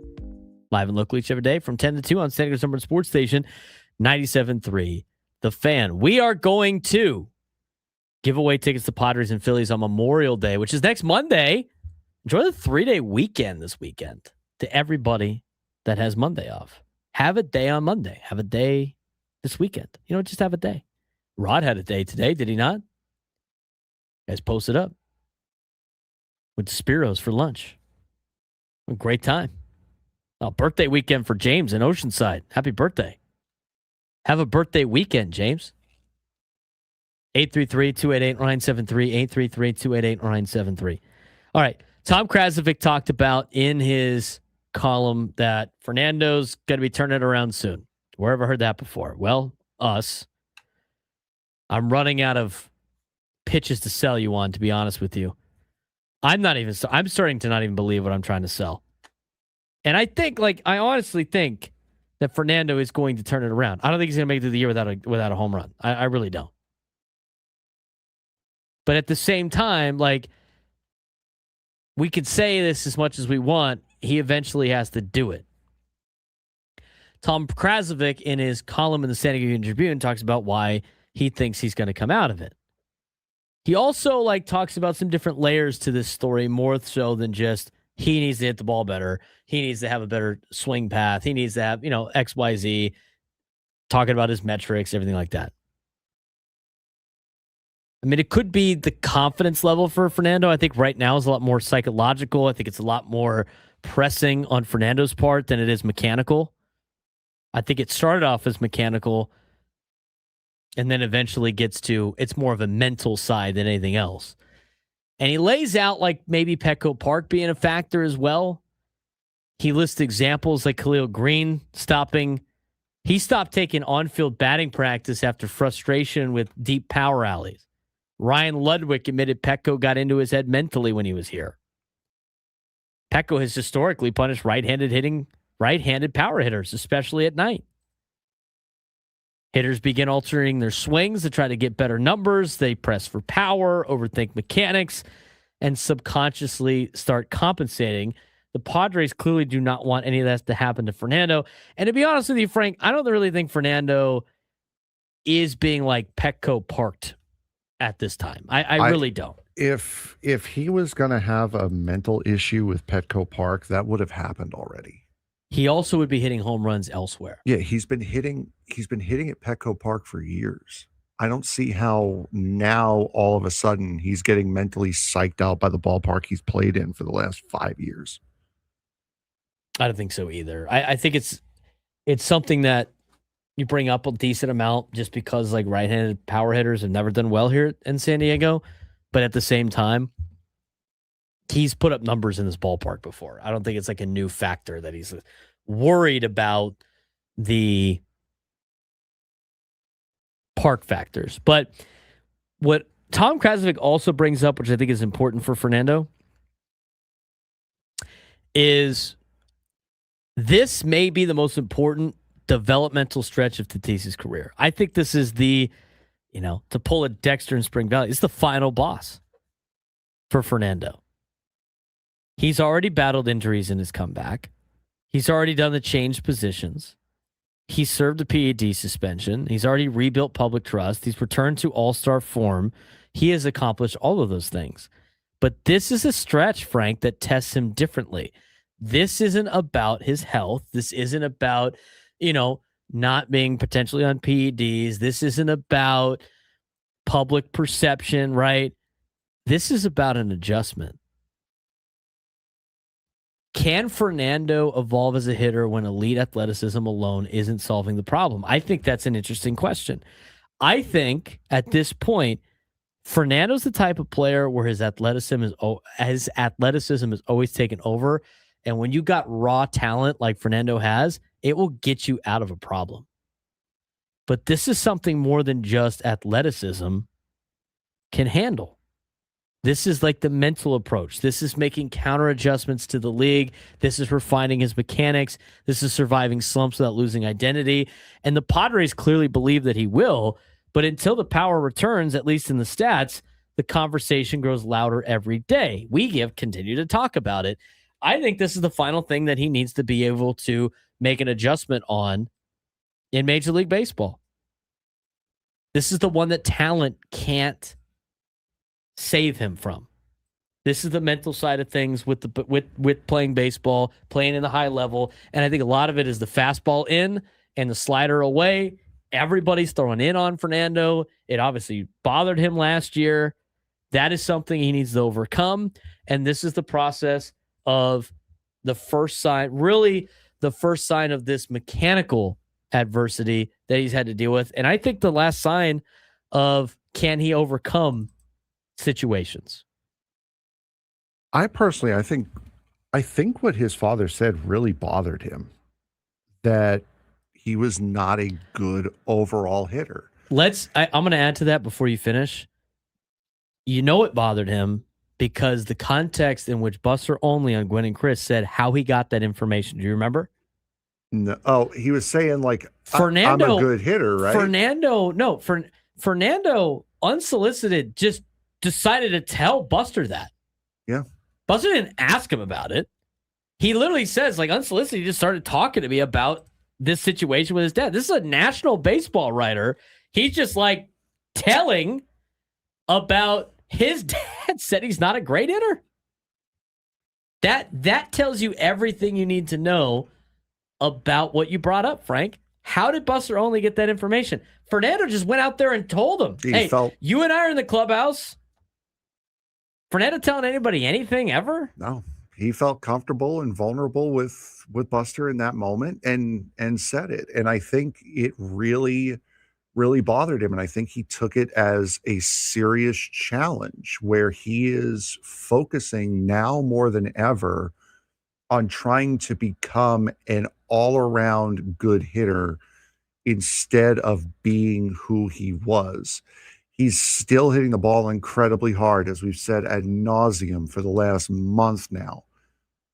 But he is trying to do things that he has never done before, or at least has never done naturally before. He's actively working on trying to spread the ball across all fields, not really worrying about power. He's changing his swing. His leg kick is gone. He is actively working on that challenge that his dad gave him. And it's really messed. You can see how much it messed with him and how much he took it as a challenge throughout this season. Yeah, I mean, we don't know for a fact if it's messed with him, but based on observations of the timing of the situation of going into the 2025 season, and that was the first sign of, seeing him play a little bit differently than he normally has. Passed a lot of it off last year because of all of the off the field drama, the lawsuit and everything that was going on. We kind of swept it under the rug as, it's just a bad season. There's a lot of off field distractions. He's lost his smile, whatever. This year, he hasn't really had those. He hasn't really had many off field distractions the way he had last year. So it's got to be him working on something and working through something this year. He's just off to a bad start. I also think that, and again, because Tom Krasovic lays it out, that it's mechanical. I think it started as mechanical, and now I think it's mental. I think it gets to a point where you start trying to do too much because you want the results to change immediately, and you get away from exactly what has made you the player that you are. And when you start to fine-tune things a lot, you don't play as well. How many times you notice that? I like to compare it to golf because it's easy for people to understand, and people have a hard time playing golf. And, if you compare it to softball, it's a little bit different. Obviously, people are like, oh, that's easy. But like anytime you're playing any type of sport that involves a swing and you start working on the swing too much and you start like nitpicking things, you don't have good results. I find myself doing that all the time when I try to nitpick my swing. Whether it be in softball, whether it be in golf, whether it be in anything else. And I'm not doing it at an elite level like Fernando is, right? So you start to press, you start to think about it more. You start to, you saw his reaction after he didn't get that ball over the fence against St. Louis a couple of weeks ago. You've seen him not really. He just doesn't. You could tell it's bothering him, and he's working on it. And sometimes, we talked about this with Xander last year. Xander was adjusting mid at bat almost every single time. And was he ever good when he did that? No. And like Trav just said, he needs to sit on his back foot more. How many times also, imagine being Fernando for just a second. How many more times do you need to hear unsolicited advice from dopes like me and you on what he needs to do? It's like, that's also going to be wearing on him as well. It's like, how many more times do I got to hear this? Can I hit the home run so you can shut up now?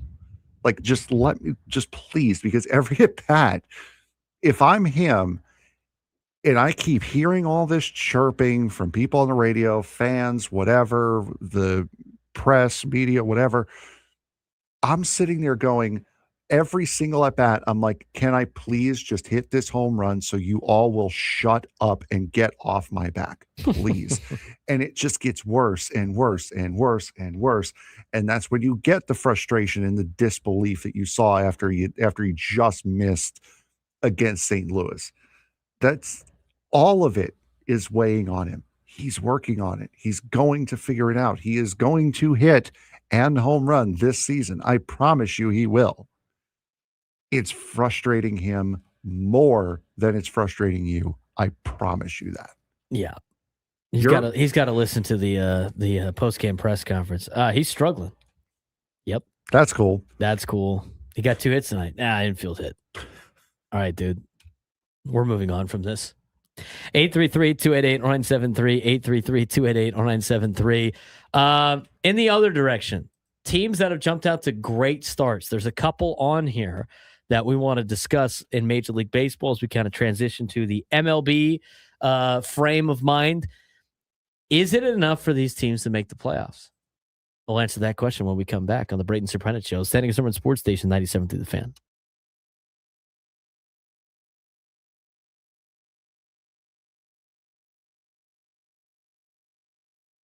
Denny Hamlin just reminded the NASCAR garage that experience still matters. Hamlin survived absolute chaos at Dover Motor Speedway to win the NASCAR All-Star race and collect the $1 million prize. Massive wrecks took out stars like Kyle Larson, Ryan Blaney, and Chase Elliott early, but Hamlin stayed patient and dominated the long runs when it mattered the most. But the biggest surprise might have even been 19-year-old Connor Zilisch finishing 5th after battling back from a pit road penalty.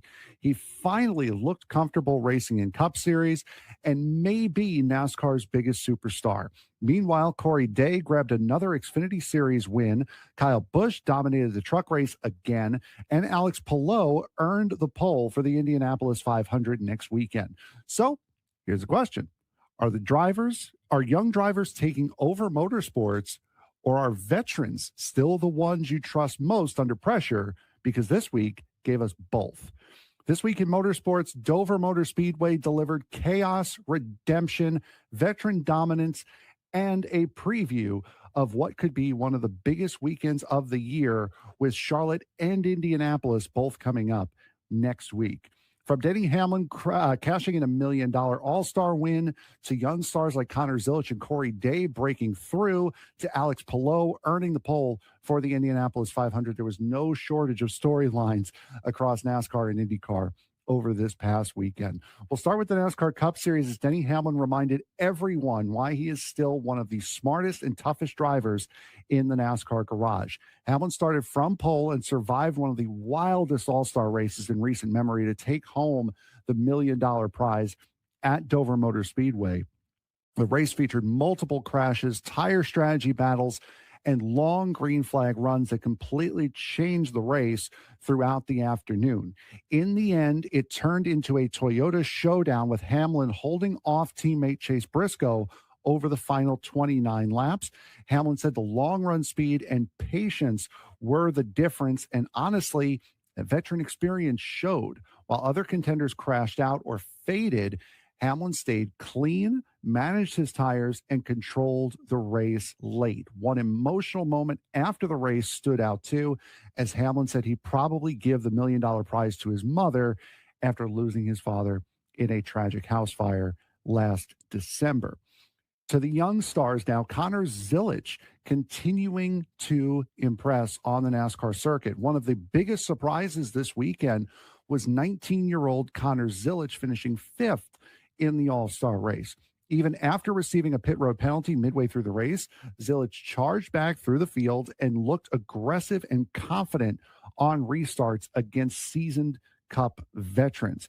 For Trackhouse Racing, this was a major positive sign because Zilisch finally looked comfortable competing at the Cup level instead of just surviving.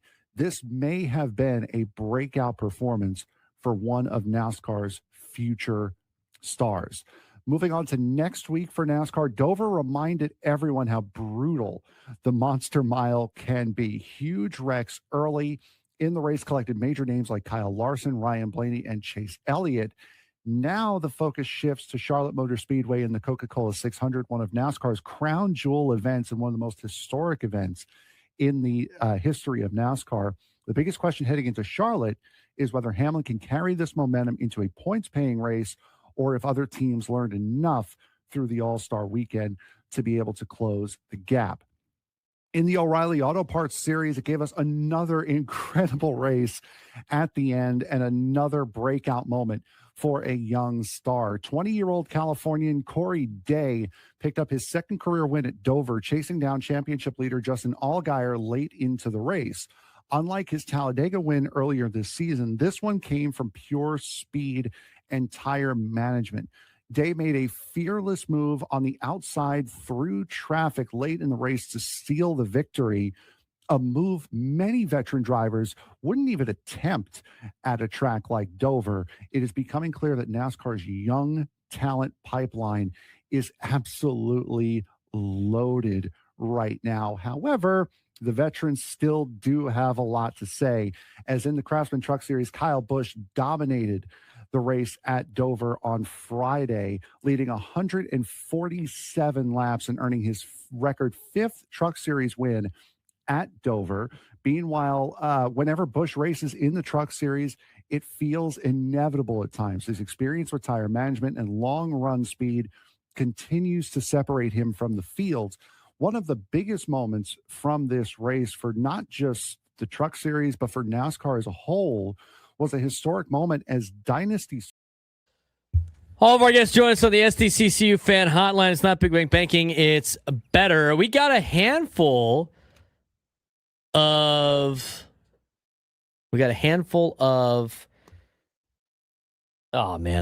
guests tomorrow. That's what I was going with. We have a handful of guests tomorrow. We got one front. We got CJ Dos Santos coming on from San Diego FC. We got Bob Scanlon joining us for our usual Thursday. We will be on with the round table at 9 a.m. tomorrow. Should be a fun, jam-packed filled day of Padres baseball talk right here on San Diego's #1 sports station, 97.3 The Fan. Hopefully, we're talking about a Padres series win over the Dodgers, and they're in first place. It's going to be a guest-filled final hour, too. Dos Santos will be on at 1 tomorrow for San Diego FC. We'll be talking about the upcoming match against Vancouver. Also, his call-up to the World Cup team for, I believe it's Cape Verde, I believe.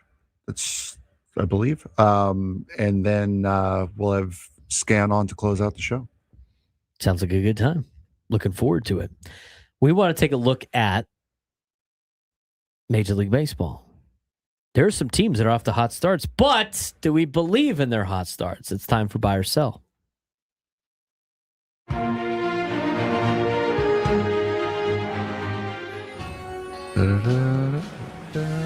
right, Frank.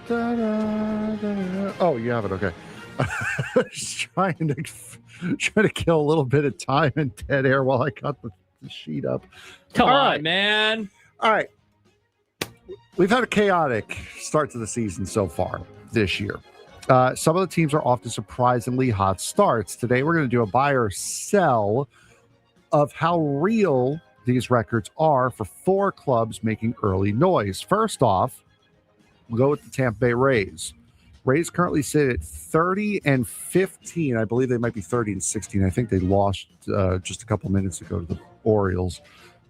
They're winning a ton of close games and sit with a strong plus 25 run differential. Preseason expectations were around 500-ish, but they're playing like a top team in the American League. Buy or sell the Rays' hot start? I'm buying it. I think this is real. I mean, their rotation is elite. They're second in ERA with a 2.94 ERA, which is led by Rasmussen and McClanahan and Martinez, which sucks because I was hoping the Rays would suck so the Padres could trade for Nick Martinez, but that's neither here nor there. Their big three position players, Caminero, Aranda, and Diaz, are carrying a lot of weight for this team. You have a little bit of issues with the defense. I mean, it's dropped off 26th and outs above average. Bullpen is mediocre for the Rays. Offense is in the middle of the pack with very little power. Multiple regulars with 0 or 1 homer. They're 25th in home runs. Where have we heard that before? 9-1 in 1-run games. And their bullpen is just, again, isn't very good. I don't know how much they can hold up. But even if they play 500 the rest of the way, they're around 88 wins in a very weak American League, which is probably enough for the playoffs. I think they're true contenders more so than just riding a soft schedule and some smoke. So I think the Rays are for real. What did you go over their starts this season? Oh no, they beat Baltimore today, 5-3. They scored 4 in the bottom of the 8th inning. Good for them. Their schedule so far this year started with St. Louis, Milwaukee, Minnesota, the Cubs, Yankees, White Sox, Pirates, Reds, Twins, Guardians, Giants, Blue Jays, Red Sox, Blue Jays, Marlins, Orioles. They got the Yankees again and the Orioles in the middle of next week before they go to the Angels before they welcome in the Angels to round out the month. I keep saying it. The Rays don't always have good teams, but when they do, they are really good. So I believe the Rays on this hot start. If they weren't going to be around, they would not have started like this. I 100% believe it. Next up, St. Louis Cardinals. Sitting at 27-19 in what was supposed to be a rebuilding year after trading away Nolan Arenado, Sonny Gray, Brendan Donovan, William Contreras, and Ryan Helsley. Sorry. They're young, athletic, and led by breakout stars like Jordan Walker. Buy or sell the Cardinals' start to the season? I think their start's a real start. I just think they're going to run out of gas in a very competitive National League in general. I think they're a year early, but I think they're going to be a problem to deal with. I don't think they have the full pitching staff to make it through, and we'll see what happens when all these young guys have to play all these games. And this happens all the time for a lot of young teams. But, they're extremely young, as we mentioned before. Jordan Walker looks like a legit MVP candidate. He's got to be able to put it all together in a full season, which they haven't seen yet. But right now, it looks like he's going to be able to do that.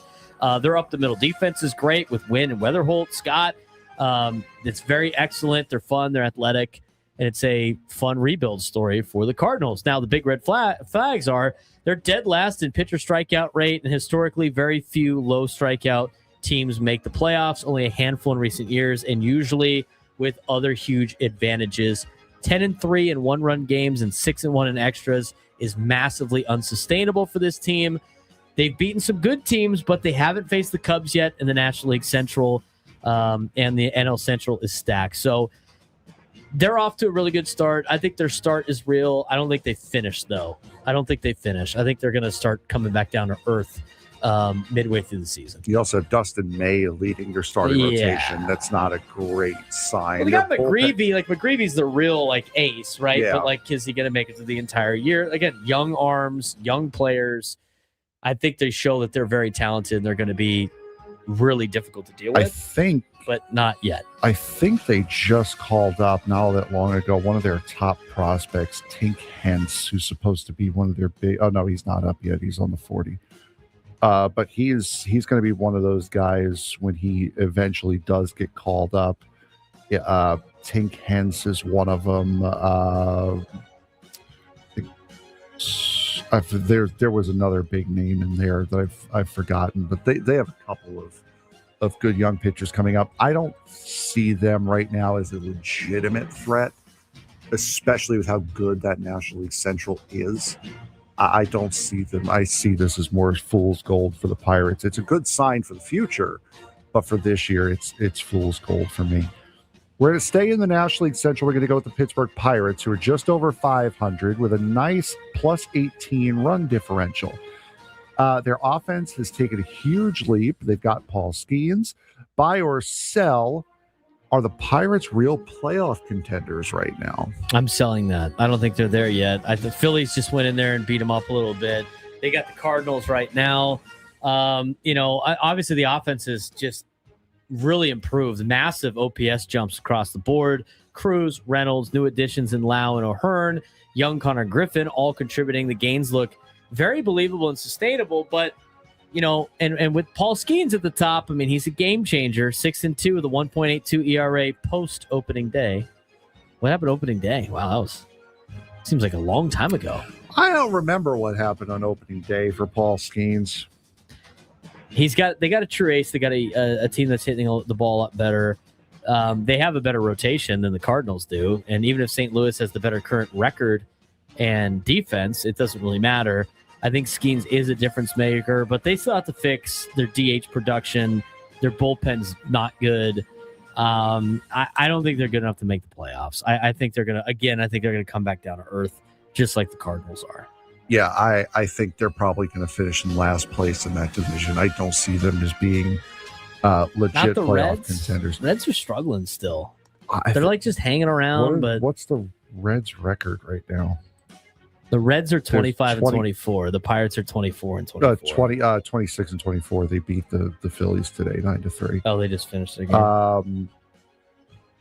I think the Pirates are gonna be in last place. They're sitting 24 and 24 right now. Cardinals are still 9 games over 500. That is really big for them. We'll go to the south side of Chicago for the final one here.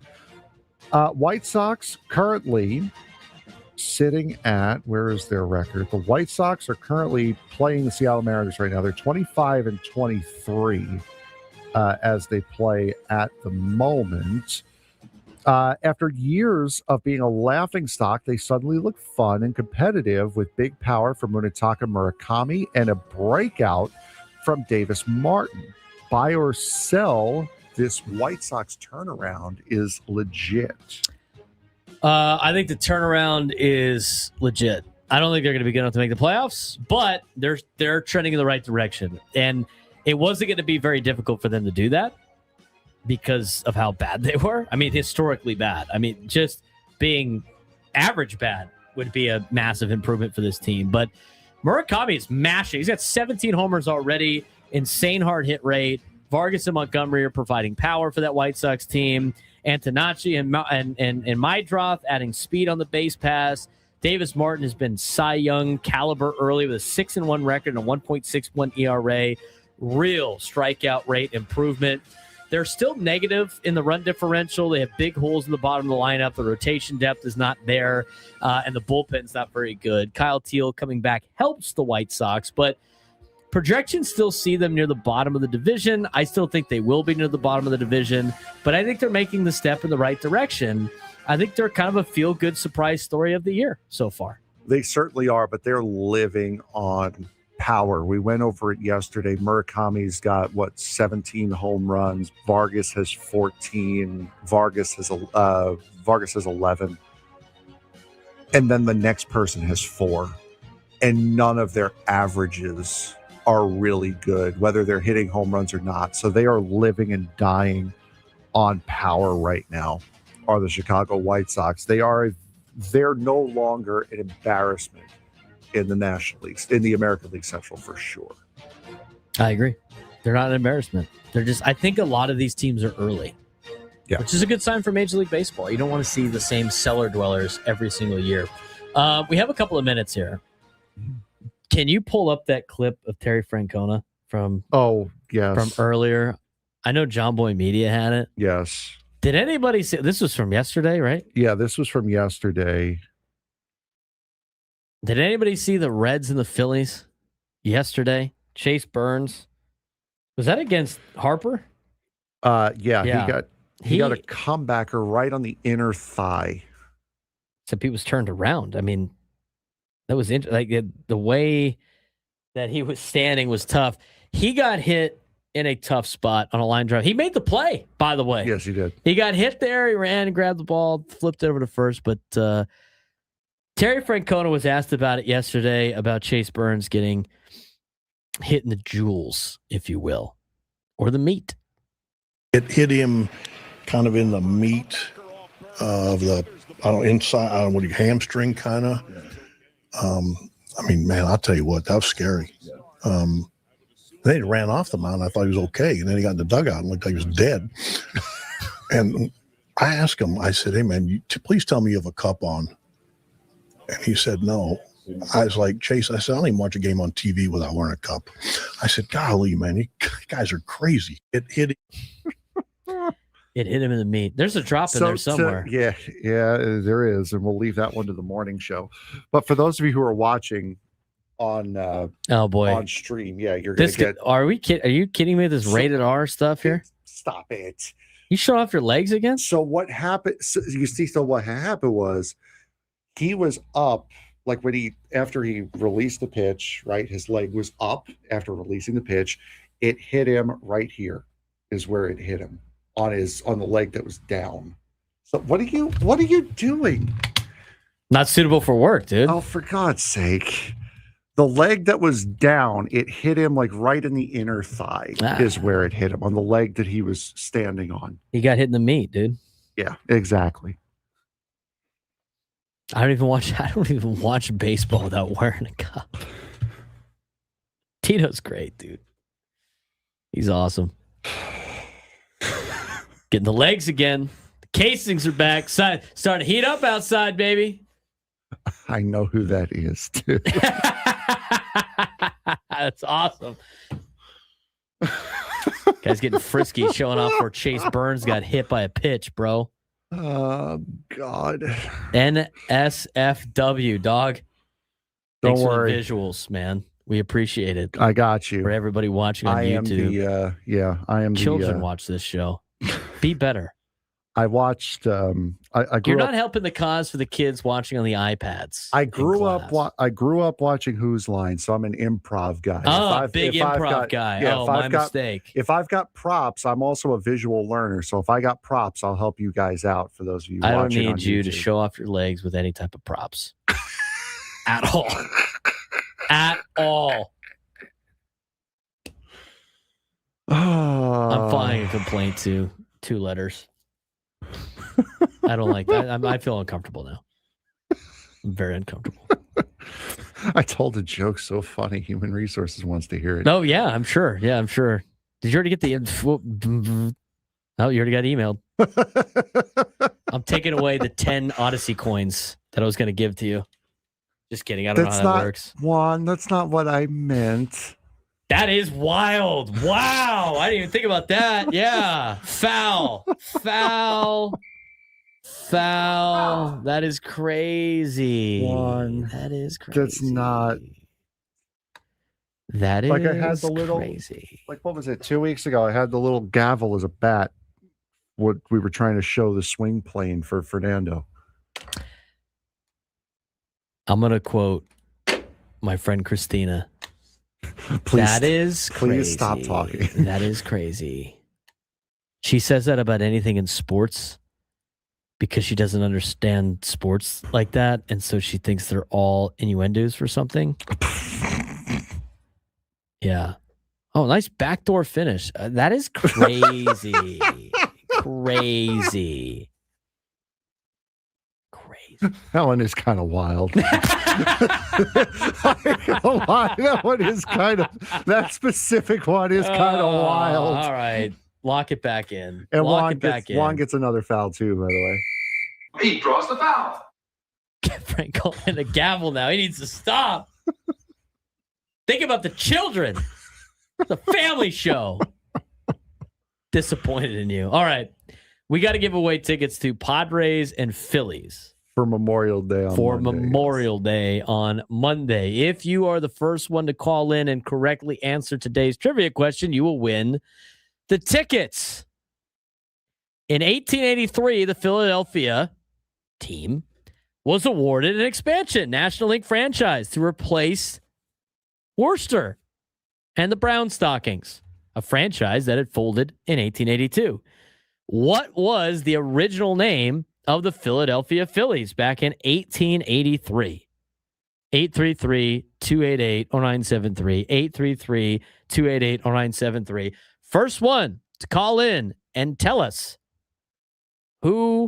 what the Phillies' original name was, you will win today's tickets.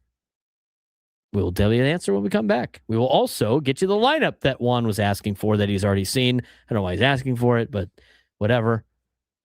We'll get to the lineup. We'll give you a preview of Padres and Dodgers when we come back as well. Ben and Wood.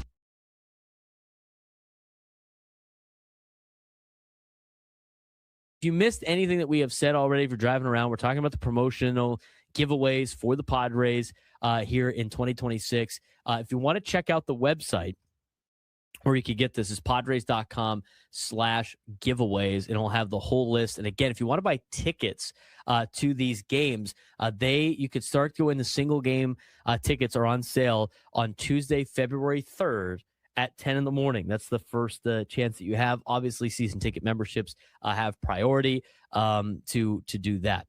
As we move along, we got the Patriotic Aloha shirt for the day after Memorial Day. I think May 26th. So it's a Tuesday. Maybe it's coming before, but celebrate America's upcoming 250th birthday with the Padres theme Patriotic Aloha shirt. Pretty nice. Got the Blue Angels on there. It's got the Padres logo. It's got the Padres military logo on a baseball.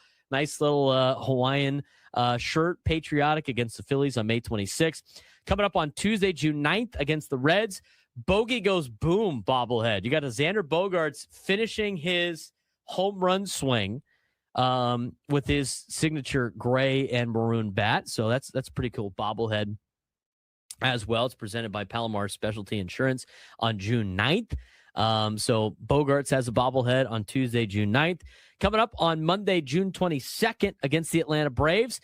Got the Western snapback hat. Kind of looks like a rodeo hat. It's pretty cool looking. It's got San Diego Padres in the Western font, if you will, or San Diego Padres written in Western font with the SD logo in the middle. Pretty cool looking hat right there. That's presented by Petco. First 40,000 fans in attendance will have that one. Again, all of these are for the first 40,000 fans for these, unless I say otherwise. Wednesday, July 8th, Trevor Hoffman bobblehead. He's repping the navy blue 1998 gear. Honor the Hall of Famer and Padres legendary closer with the Trevor Hoffman bobblehead. Presented by Canals. This bobblehead limited the first 40,000 fans, so it's in stride. Trevor Hoffman, kind of a classic look at bobblehead against the Diamondbacks in July. On July 12th, just for the kids, they have the Squeeze Top water bottle, which is a kids giveaway. I don't know if they have that here today because it's a kids giveaway. Again, some of these are for the first 40,000 fans. Some of them are for the first 10,000 fans. It's a kind of little water bottle for kids 14 and under. It looks like an ice cream sundae, which is pretty cool. Tuesday, July 28th. I know a lot of you guys love this one. It's presented by Soapy Joe's The Poncho. Got the San Diego Padres poncho. Looks pretty nice. I like it. I'm sure you'll see a lot of you guys repping that out there at Padre games. That's on July 28th. Bucket hats. Everybody loves the bucket hat. You got a reversible bucket hat, which you have multiple looks for. You have the Padres white home uniform version. You also have the sand away version as well with the swinging friar on it. Multiple looks. Home and away bucket hat will be Thursday, July 30th against the Giants. A 6:40 start, first 40,000 fans. Coming up on August 10th, a superhero pocket tee presented by San Diego Community Power, which is pretty cool. Usually right after the Comic-Con road trip that the Padres have to go on. So a little bit of a superhero t-shirt. Pretty good front and back. It's got that front pocket Small logo in the front, big logo in the back. It's good style for a T-shirt, let me tell you. Coming up on Sunday, August 23rd, it's another kids giveaway. You can check that on the website. Monday, August 24th, the next day against the Pirates, you got the Jackson Merrill robbery bobblehead. So it's Jackson Merrill robbing a home run with the blue fence right there in his home uniform. It's a pretty cool looking bobblehead. And then this is the best one. You thought you were going to give away. You thought you were going to get a secret. You thought you were going to get a secret. You thought you were going to find out about the City Connect uniforms. Well, we have the bobblehead for the City Connect uniforms. It just hasn't been painted yet. They're not going to display that until the new City Connect uniforms are out. But they have the Fernando Tatis City Connect bobblehead presented by Big Bully Turf. That will be on Tuesday, September 8th against the Washington Nationals. Dressed in the Padres City Connect 2.0, the Tatis City Connect bobblehead presented by Big Bully Turf channels Nando's flair at the plate, limited to the first 40,000 fans in attendance. Dynamic details of this bobblehead will make it a centerpiece for your collectibles. Again, we don't know what the City Connect uniforms are yet, but that is what that will look like.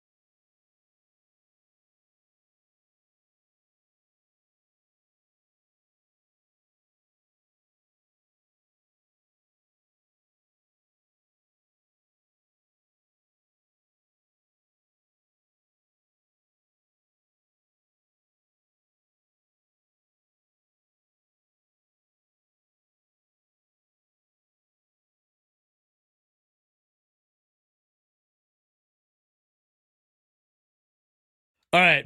I got a lot of questions after that. So we went to break. I'm trying to find. I don't know why it's not on here. Congratulations to Noah in Vista for winning the tickets. And could you please call in again? No. I think we have. Mind. I think I've done some research here. To say, because we have some questions about your caller ID. So he calls it. So again, did you tell everybody what the answer was? The Philadelphia Quakers was the answer to the question. Which is funny because it's very close to the Quackers. Just like right up your alley. All right, so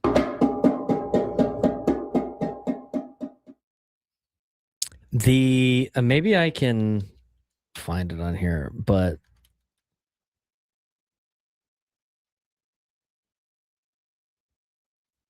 here it is. So he calls in, and his caller ID was like the funny, without any context. Now I have context. Now it's not as much, but it was the funniest thing I've ever seen. It was Taco Auctioneer. And I'm just thinking about that in a literal sense of like somebody just auctioning off tacos. But that being said, now maybe I had to search it because again, it could be like a business. But with a little quick search, Taco Auctioneer apparently is, for everybody that is in like North County, that is an old Mexican restaurant that used to be across from the Cardiff State Beach. I searched it, and it was like... He draws the foul. Chat foul, Gonzo. Come on, Gonzo. I searched it, and it was like immediately, it was classicsandiego.com/Mexican food restaurants. And it was a Mexican food restaurant, Cardiff by the Sea. Oh, he called back in. Yeah, he could probably tell you what it means. Maybe it is slang. Maybe it is something that Gonzo's saying. Do we go with Noah and Vista? I mean, you can. I thought it was I was picturing the whole thing about auctioning off tacos. And that was like the funny. I was dying laughing when I saw that. But there used to be a Yelp listing for it. Used to be a Mexican restaurant. It sounds like in Cardiff. What's the story, Noah? I think that's what it was. I lived here when I was little. I moved away for many, many years, and then I made an email address one time, like my second backup email address for just junk and signing up for things, and I did Taco Auctioneer. And I have no idea why it switched over to my caller ID, honestly. Wow. And it's not everybody I call. Like, some people I call, they don't, it's normal. And then some people I call and they won't answer. And then when I find out later, they're like, it said Taco Auctioneer. I wasn't going to answer the phone. So, yeah. That's hilarious. That's my cool story. Yeah, I thought maybe they gave you their old number or something like that from San Alejo. Hey, you have no connection to the old restaurant up there in Cardiff, which is also ironic that was the case. It is more. Yeah, no connection whatsoever. I don't even recall ever eating there when it was open or anything. And so yeah, it made for a cool email address. And then and then from there I got out of control. So I'm not sure why it does that, but that's kind of funny. That's hilarious. I love it so much. That is hilarious. Oh, he just God. innocently just decided to make it his email address, and it popped up. It popped up as his caller ID, and people don't answer it now because they think it's a spam. God, that's funny. The other funny thing was, where are Ben and Woods when you need him? This whole hour is like a Ben and Woods show. Run with Taco Auctioneer for the next week. You know what? I think that needs to be on the Incorporator for next week. Oh no.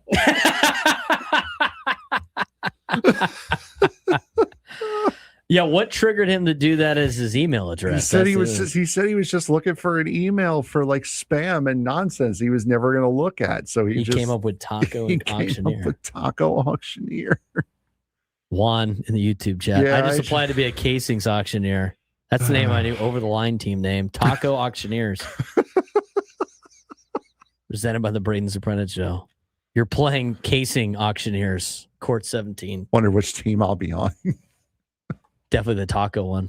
Yes, just exactly. to confuse everybody. Yeah, apparently it used to be a restaurant, and then it was on this old website. God. Classic San Diego Mexican restaurants. Somebody wrote a review on it. It's like, I didn't see Taco Auctioneer on this list. There's a checklist of the classic Mexican food places in town. That's amazing. 1-star review. Not a single taco was auctioned off. Oh boy. Maybe there's a reason why that place got shut down. Yeah, you just don't know what you don't know, Frank. You learn something new every day. But that's his caller ID. Maybe he's just wasn't want to. We're on him. He's gonna get a bunch of phone calls now. God, what are you doing up there? What are you doing up there in North County? It's so funny, man. All right, we got the lineup. Fire up the lineup sounder. You owe Scraby a quarter every time you do that. He owes me a quarter every time he uses our music, so it washes out. I agree. Frank almost got the lineup by this time. I did. Yeah, I missed the bottom two. But pretty close. Padres announced their lineup during the last segment. Are you okay? Gonzo again. Oh man. You got to stop falling into Gonzo's traps in the YouTube chat. I'm just looking to see what the chats are. He just happened to be the next one up. I read the chat and then I saw who said it. Got him. My God. Got him. Leading off playing second base is Fernando Tatis Jr. Batting second, the designated hitter is Miguel Andujar. Batting third and at first base is Gavin Sheets. Manny Machado bats cleanup, plays third base. Sander Bogarts bats fifth, plays shortstop. Batting sixth and in center field is Jackson Merrill. Nick Castellanos roams it in right field. He bats seventh. Ramon Laureano bats eighth and is a left fielder. And Freddie Fermin is catching Randy Vasquez and batting ninth. Randy Vasquez is starting pitcher today for the San Diego Padres. He's 5-1 with a 2.68 ERA, 45 strikeouts on the season. Going against Shohei Ohtani, who not only will pitch, but he will bat leadoff today for the Dodgers. He's 3-2 with a 0.82 ERA and 50 strikeouts. Ohtani bats leadoff and is the pitcher today. Mookie Betts plays shortstop, bats second. Freddie Freeman bats third and plays first base. Kyle Tucker plays right field, bats fourth. Will Smith batting fifth is the catcher today for Shohei Ohtani. Max Muncy bats sixth, plays third base. Andy Pajes plays center field. He bats seventh. Teoscar Hernandez plays left field. He bats eighth. And Hyesung Kim plays second base and bats ninth for the Dodgers. First pitch will be at 5:40. EcoWater SoCal Padres pregame show at 4:40. You good? Oh, I'm fine, yeah. Big Daddy Casings. I am all good. Oh, man. It's not a rivalry, though. It's not. Not a rivalry. We don't let Ohtani really hit too much anymore when he pitches, but we're going to do it against the Padres. I would find that flattering if I was San Diego. They're worried about you. Yeah. They do a lot of this stuff because they're worried about you. You don't do this to nobodies. Like what does Manny say? They don't boo nobodies. Mm-hmm. I would love to see the Padres. I mean, Padres being able to take 2 out of 3 is going to be good. I agree with you, Frank. This is the first time, and we talked about this at the beginning part of the show. This is the first time in a while that the Padres and Dodgers have been kind of evenly matched. I mean, you had 2 one-run games. Hopefully tonight, Padres are able to overcome, be able to get it done to take 2 out of 3. But it's a very evenly matched series so far, and I would imagine this is going to be an evenly matched season series for the Padres. What is your bold prediction tonight? Bold prediction. Aside from you and I claiming that Fernando's going to hit a home run every single night. Yeah, obviously. Brandon and Carlsbad said he'll get one off Ohtani. Freddie Fermin hits a double tonight. Double for Fermin. Down the line. Wow. That's pretty good. I think Ohtani gives up 3 runs. I think the Pods get him for 3. I mean, I don't know how many times Ohtani has pitched against the Padres off the top of my head in a Dodger uniform, but I remember when he was with the Angels, he got rocked 4th of July weekend. I think the Padres get him a couple times. I think they get 3 runs on Ohtani, and I think Randy Vasquez matches Ohtani in terms of the success. I think he goes 6 innings tonight. Give me Randy Vasquez for 6. Give me 3 runs on Ohtani. My bold predictions. Yeah, give me a double down the line for Freddie Fermin. And I guess I'll Would you like that animal style? Or? Yes. Okay. I'll do a with or without onions? Without. I'm good. And then I guess for a pitcher, Wandy Peralta, 2 strikeouts if he pitches tonight.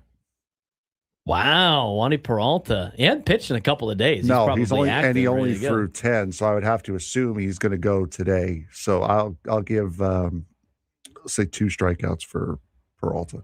2 strikeouts for Peralta. I like that. That'd be cool. All right. Taco auctioneer. Tell you, that's a great incorporator word. I can't believe that's that guy's caller ID. That's I'm surprised crazy. Somebody hasn't showed up in the chat already with the name Taco Auctioneer. Oh, I know. Sure. I'm surprised no one has made a Taco Auctioneer account yet. I like our bold predictions. Well, put your bold predictions in the YouTube chat if you haven't done so already. You can tweet at us your bold predictions. Jake Waters saying for me in 2 bases, 3 runs by he's taking our parlay. Got it. So that's never going to hit now. Yeah, no, you know lost what? We gave too many people a false sense of hope with the 5 runs yesterday. Trav saying Merrill goes yard. Good call. I did that one yesterday. It got Manny to hit one. He's Frank Marchese. I'm Braden Surprenant. We'll see you guys tomorrow at the Padres Roundtable. Epic Padres Roundtable presented by Wings and Things. Our Epic Wings. We'll talk to you guys tomorrow.